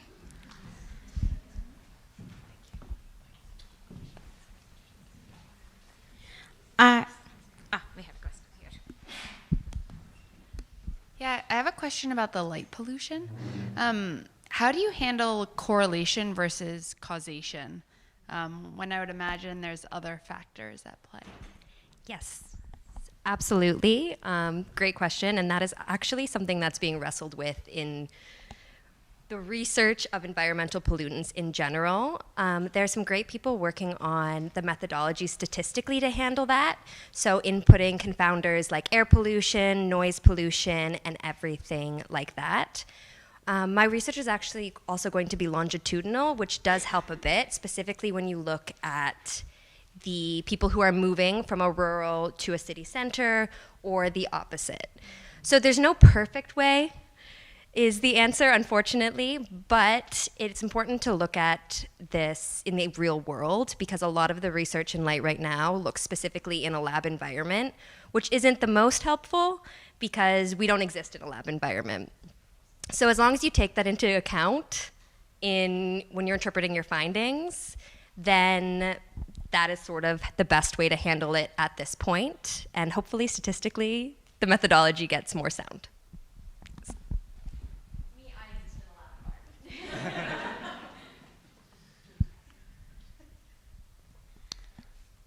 I have a question for Julia. How did you survive a run across the continent, even if it was 5 kilometers? And that's my first question. And second question is, what inspired your research in general of friction? Okay, surviving the run, typically you put like one foot here and then... it was quite easy. It was just like along streets and sidewalks, and I had a friend with me, and we just chatted about it the whole way. And then we ended at like a beach, and we like took out our sketchbooks and drew the beach. It was great. What inspired my research? Like earthquakes are like disastrous, but also fascinating. And like when you think about it, like no one really understands what friction is. Like I can't, like you can ask me like, hey, what's the friction between that chair and the floor gonna be? There's no way you can tell me unless you run that experiment many, many times. So I think that like the unknownness and also the like adrenaline of earthquakes is kind of like perfect storm. I love that you said run that experiment. So you're running on 2 levels. Any other questions for anyone in the stage? I have a question generally to all of you. What has been one of your favorite takeaway from the 3MT experience, and what would you say to someone else here or joining us virtually or listening to this who is interested or considering participating in 3MT? I'm really glad that my supervisor's here. I think she can kind of tell on her side of this, where this actually really helped me kind of focus my dissertation topic into something that's actually distilled into a very quick point, which is a problem that I'd been having actually through my proposal process. So this has been a really helpful thing, and I think that this helps probably everybody with actually really figuring out what is the what that you are getting at in your research, basically.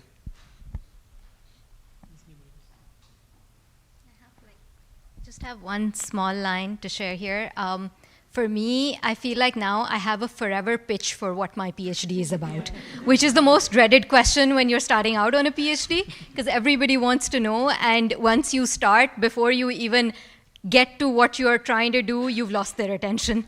So I think that struggle is now behind me, and for that I'm grateful to the 3MT team. Thank you. Another thing about the 3MT, I think, Jeffrey, you said this on how only just 2 people might read your thesis, but then, oh, I watched it this morning.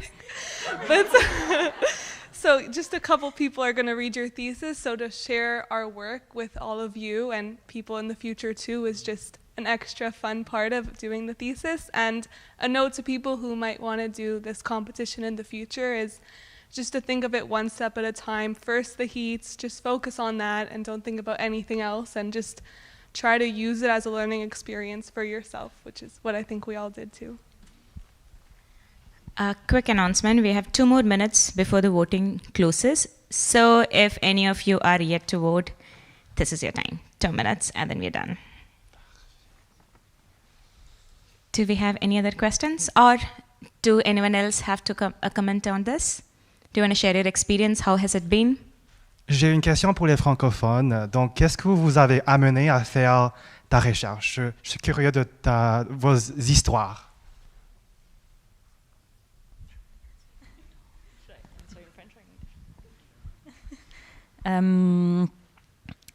Maybe I can answer in English and just translate the. So the question was for like the French people who, what brought us to like do the research and present it here. I think there's a great thing about doing research in Quebec is like it's a very Anglophone and Francophone place, and well, like I'm French, so like French is my native language, so it's also kind of cool when I'm doing all of my research in English to be able to present it also in French. But it's also a struggle because when you do everything in English, you have to think about like how to translate everything. And my research personally, I would love to say something like, oh yeah, my dad had diabetes, but no one in my family has diabetes. I don't actually know anyone who has diabetes, but I think it's a very important disease, especially now. There's a lot more people getting diabetes nowadays, and I think it's interesting the way it works, and it's very linked to what we eat every day and like how we live. So I think it's an interesting research to work in, and yeah.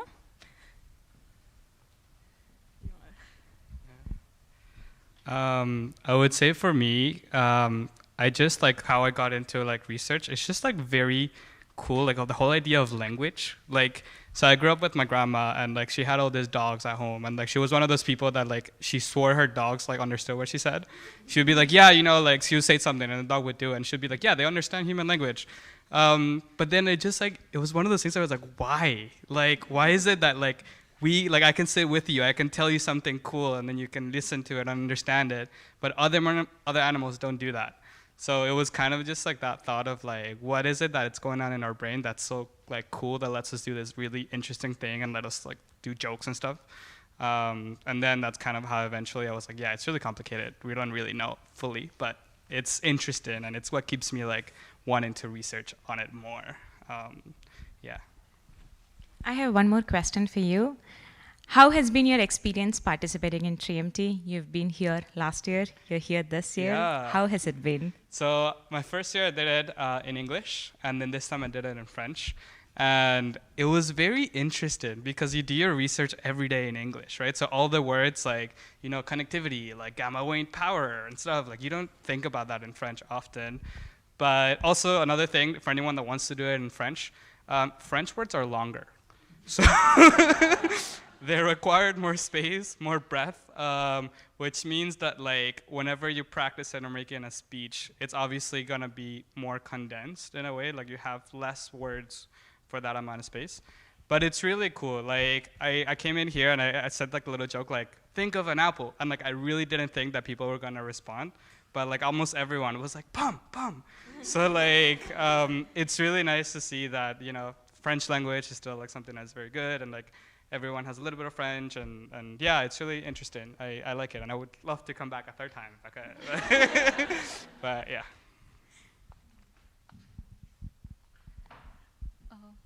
I would like to share a bit of the 3MT experience. I think my friends have already talked about some of the positive experiences. I would like to mention one challenge, and I think it's really important to mention here because a lot of us here or those who are online are watching us who might be hesitant to apply because I was there at some point.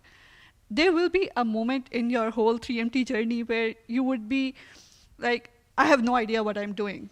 I should just drop out. I have no idea. You will hit a roadblock, there will be a challenge, and then you will be thinking to yourself, why did I even thought of participating? What happened?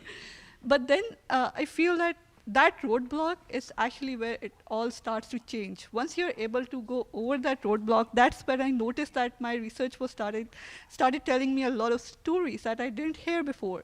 So if you ever feel a roadblock or if you're hesitant to apply, I would like encourage you to at least try it. Try it just to enjoy this experience. And I was able to go through that challenge. If we can, then you can as well. So I think it's really important to like just try it. Just give it a try and see how it goes.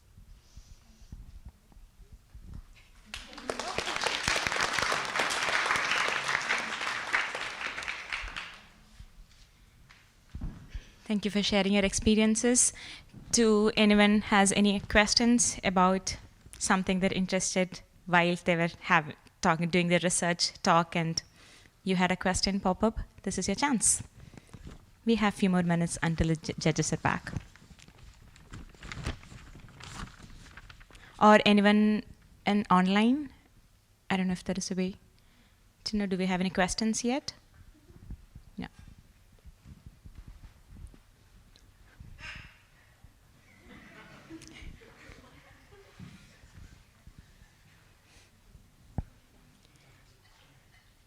Anyone on the stage? Do you have anything to share? We have a question.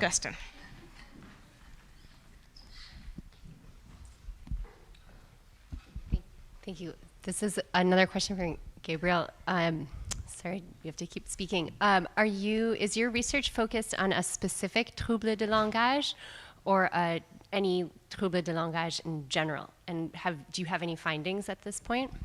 Yeah, that's a great question. So I work mostly with not a specific language disorder or trouble de langage. It's work more with autism.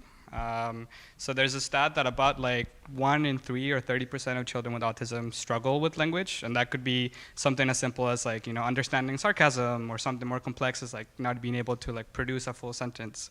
So I work a lot with autistic kids, which are very lovely but also very hard to study as well. But yeah, I think the biggest finding that we had is that it doesn't just take like one brain aspect. Like I know a lot of research usually focuses on like, hey, let's look at this one specific brain thing, and then that's like, you know, say if that's what causes the issue or whatnot. But it's just so many different, it's very dynamic. And also like specifically in autism, every child is different. Like it's a spectrum, right? So like you can have like, you know, what is one language deficit, if you will, or issue in one child might be completely different in another. So trying to deal with like, how do we study that like variability and look at the fact that the brain is like a million things happening at the same time. It's tough, but there's like stats ways and models that you can get you closer to it. So yeah. J'ai une question pour pourquoi les vaches? Puisque non, mais particulièrement pourquoi c'est la matrice de lait ou non? Pourquoi j'ai voulu... Oui, les vaches plus que n'importe quel autre animal, puisque... Oui, à la base, je suis candidate à la profession d'agronomie pour devenir agronome. Puis, j'ai toujours aimé les grands animaux, surtout les vaches. Puis je trouve qu'ils sont quand même incomprises dans le monde, comme les gens. Les gens, ils savent pas c'est quoi une vache nécessairement. Ils savent pas que c'est des animaux quand même intelligents, puis qui ont des émotions, puis tout ça. Fait que, ouais, je trouvais que c'était un bon modèle. Puis, au Québec, on a tellement de fermes laitières que je trouvais aussi que c'était important de m'impliquer là-dedans, puis aider les vaches, puis les producteurs aussi.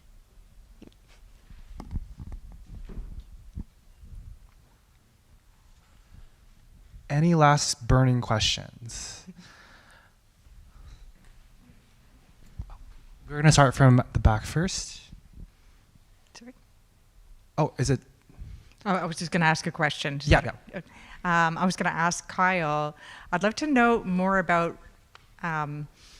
how you can use samples from Earth as analogous to, it just sort of puzzled me, I've sort of confused it, like, I'd love to know more about how you're able to make that analogy or make the, use Earth samples as analogous to samples from space.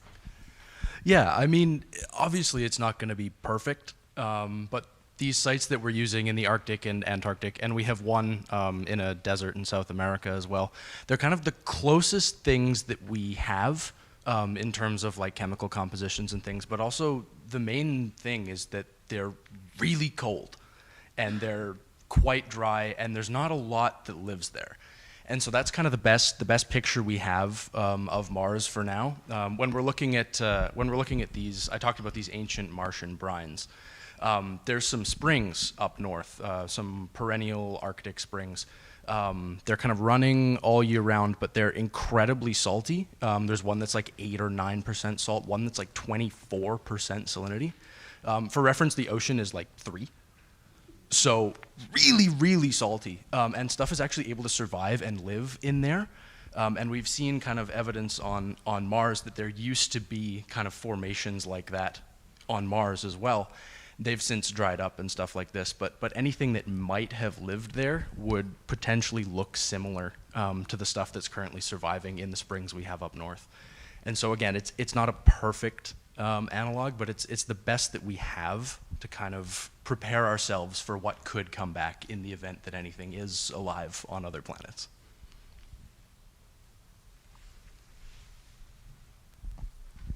I think we had a question somewhere. Yeah. Presentation. I had a lovely chat with your supervisor earlier. And I hear that the number of instruments you play is greater than the number of houseplants you own. So I'm just curious what those instruments are. Sure. So my presentation has been about the pipe and tabor, and I perform on different versions of that instrument. So in Provence is probably the most developed area that has the tradition, and it's called the galoubet et tambourin. And so if you hear like music of Provence, a lot of times you do have tambourinaires that are part of that that tradition. All over South America, there's also different versions as well. So there's the pincuyo, there's the flauta y cajita, which is the version that actually was pictured in my presentation, and then there's also other versions from Mexico and from other regions of the Americas. My main instrument is actually the bassoon, which is a double reed instrument.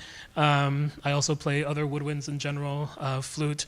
I was a calendar model for the Episcopal Church with the flute a long time ago, so there was that as well. And I play recorder, and that's actually a big source of common interest with my advisor, because she was a recorder player as well. So I play recorder a lot, and flute and oboe, and so yes, I do have a gigantic shelf with a ton of instruments. And also the one thing I really like doing whenever I go on my travels is also just collecting instruments. So I have several instruments from different countries as well. And the good thing about woodwind instruments is that they tend to be pipes or just really narrow, so they fit onto a shelf, and you can have probably hundreds or something like that fit into a pretty small amount of space. So yes. We have space for maybe a couple last questions. So one at the back. My question is for Magana. And I was just wondering, with the agents that you were using, the models that you were using, are they meant to target a specific disease using the biomaterials that you're working with? Or was it? Yeah, fantastic question. I think one of the advantages, like significant advantages of agent-based models, is it can really be anything. Like it's very, if you're used to hearing about a lot of the times in biology or bioinformatics, if you're used to hearing about like statistical models, it's kind of just very easy on the user side in that you just have all this data, you put it in, and you expect it to find some patterns for you. An agent-based model, the advantage is that you can do anything with it. At the same time, the disadvantage is that you can do anything with it, and you have to do all of it yourself, which makes it very powerful. So the agents that I have, I've represented as cells that are in a biomaterial. So in the lab, my collaborators have made this biomaterial with stem cells in it, specifically. Stem cells, for those who aren't familiar, are cells that can turn into different types of cells. So you can imagine that they're of big interest in a lot of, tissue repair applications or biological applications. So the way I build this model will be quite specific to the way those stem cells act. So what are all the behaviors that we know about these stem cells? How fast do they move in a gel? Like, what are the probabilities that it divides depending on like how stiff or how soft this gel is?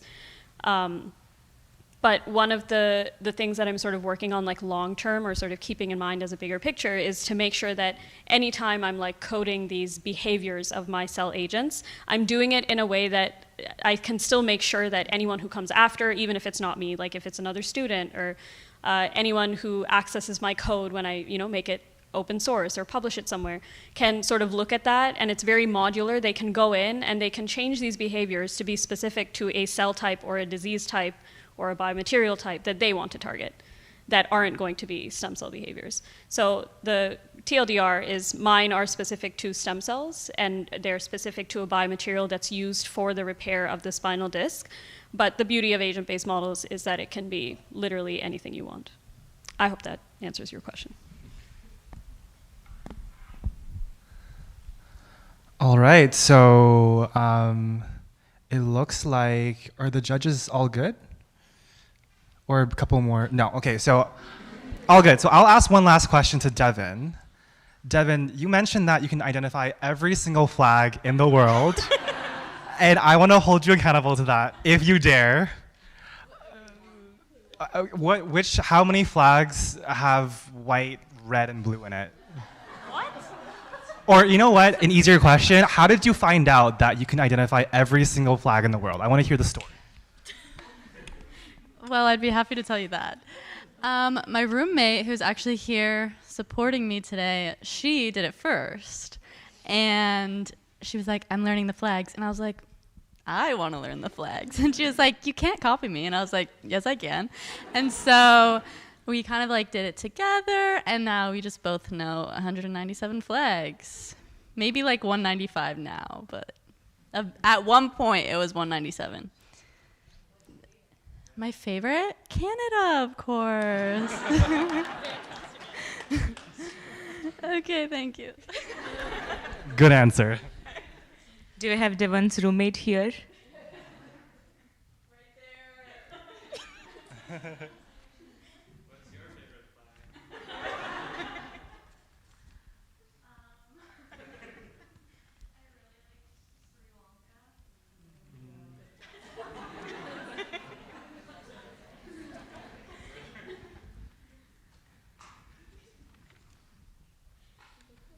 We can take a couple more questions.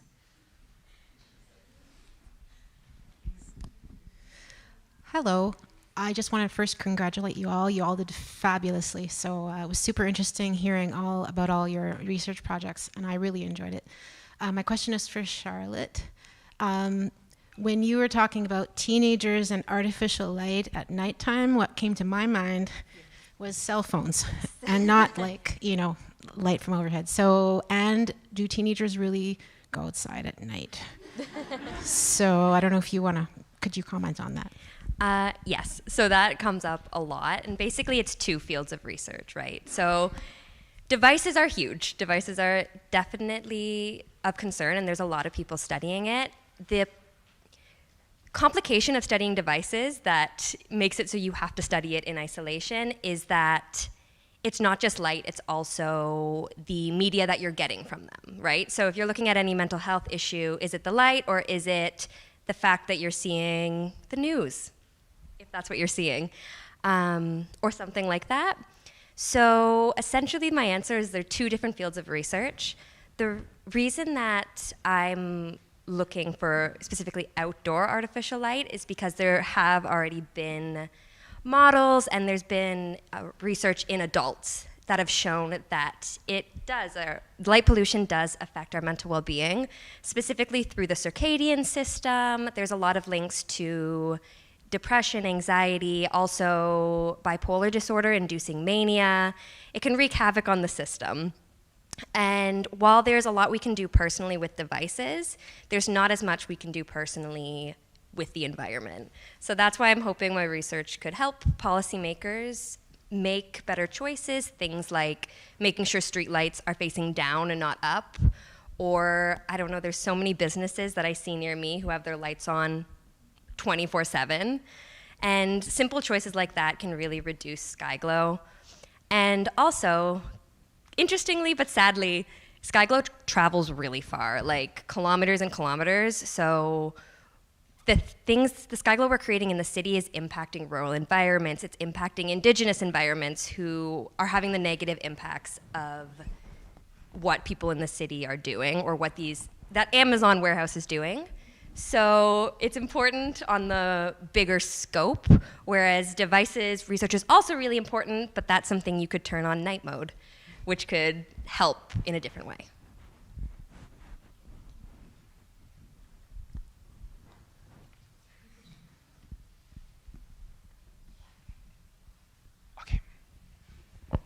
My question is for Lamha. As a plant scientist, what is the most surprising thing you've discovered so far? I think that everyone says plants are easy to work with. They're not. They're the worst things ever to work with. And like, having a green thumb is easy, but growing a plant in a lab is the most difficult thing. I think that's the research I realized. But no, it's really fun, and I'm discovering new things every day.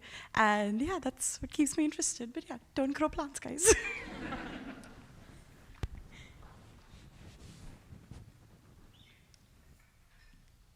I think our judges are having a really hard time deliberating.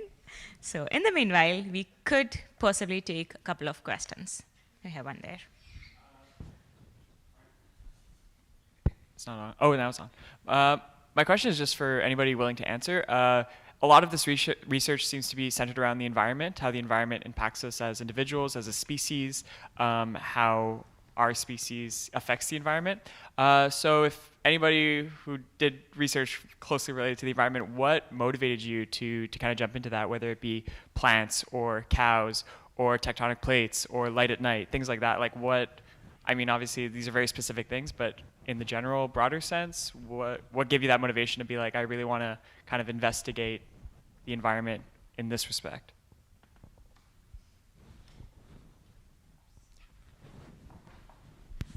So for me, what got me into plants is just realizing how dynamic they are. They seem very stationary and they just seem like there's a plant there. Oh, it's just doing nothing. But when you go into the intricacies of it, you realize that it is probably more complicated than anything else. There's so much going on. There's movements, there's gas exchange, there's food production, and yeah, it's just really fascinating. So that's what got me into studying plants, that they're so dynamic. Anybody?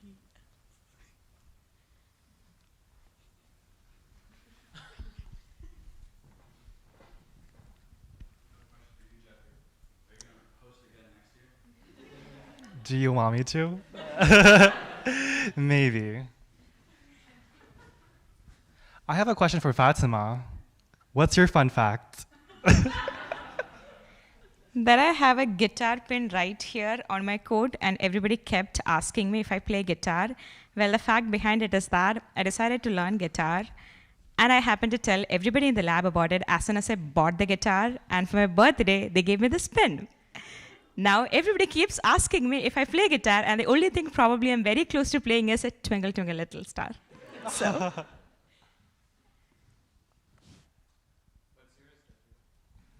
My fun fact is that I can whistle with my teeth.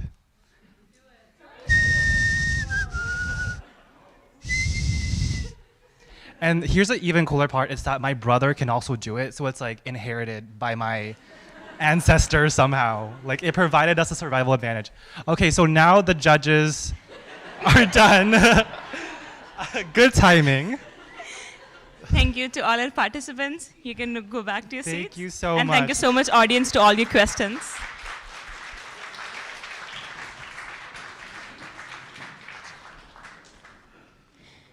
Before we announce the winners, we want to take a moment to thank our judges who definitely would have had a very hard, challenging task at hand to select the winners. Félicitations à tous nos finalistes pour la qualité de vos présentations. S'il vous plaît, un tonnerre d'applaudissements pour leur travail acharné. Please, a round of applause for all of their intense work today.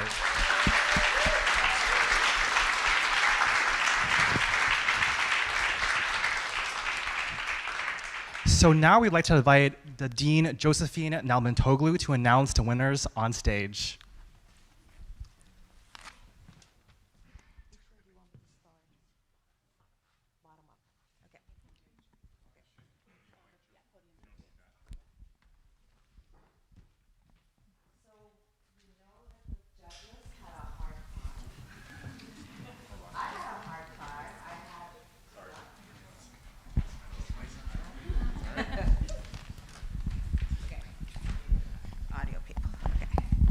I had a hard time because I had all these names on my memo and kept going back and forth, and changed my vote 4 times.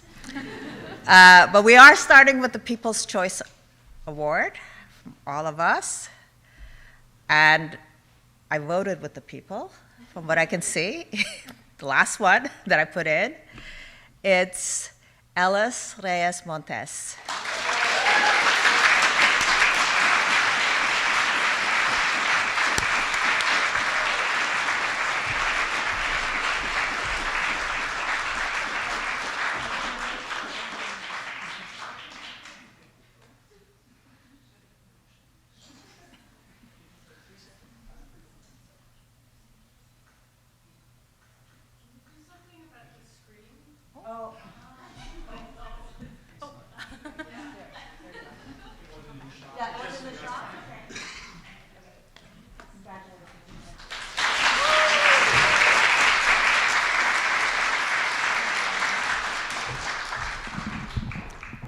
So 3rd place is Charlotte Little.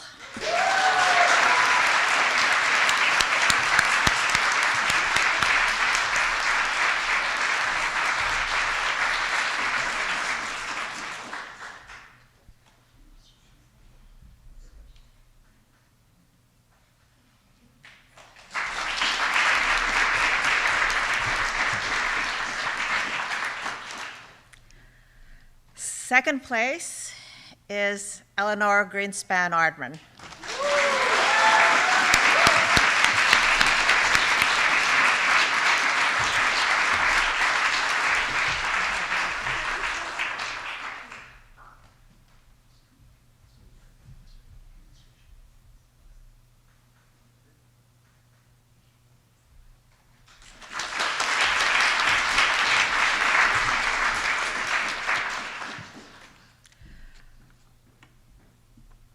Ma thèse en 180 secondes, Gabriel Blanco Gomez.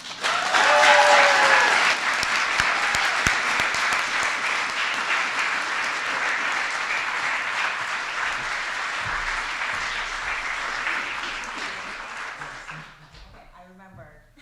Gabriel was People's Choice Award last year. Are you coming back next year? I'm graduating. Oh, great. If you want me to. I like hearing that people graduate.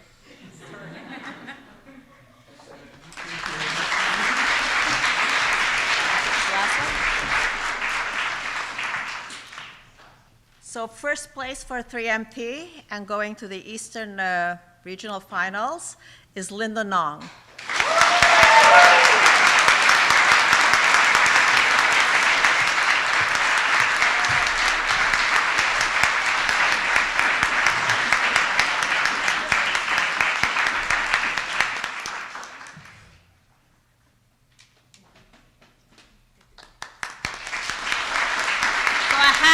All of people, it was very, very difficult to decide. So you've all done amazingly well, and we learned so much about so many different topics, and the diversity of topics was amazing. We don't always get that. Some years it's a lot of biomedical sciences that get presented, and we learn a lot about cancer. But this was very good. Thank you very much.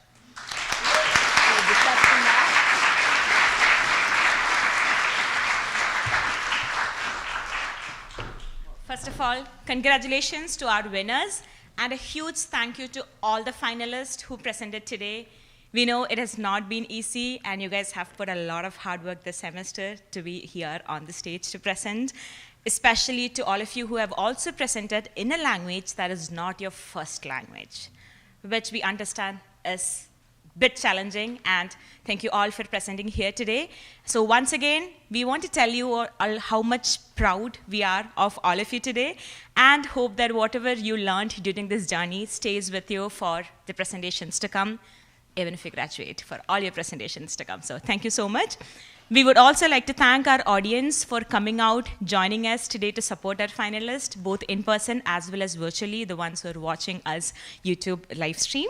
And we ask that after this, to all the presenters and judge in the audience to join for some photos in the ballroom, the presenters, and then we'll also have a networking reception and outside. Un immense merci à tous nos participants pour ces excellentes présentations et auxquels nous souhaitons une belle poursuite pour leur thèse. Un grand merci également à tous nos spectateurs que nous invitons à notre réception dans le hall. Des petits fours et des rafraîchissements vous seront servis jusqu'à 18h. Pour ceux qui assistent en ligne, nous vous souhaitons une très belle journée en espérant vous avoir à nouveau avec nous pour la prochaine édition de MT180. Merci à tous.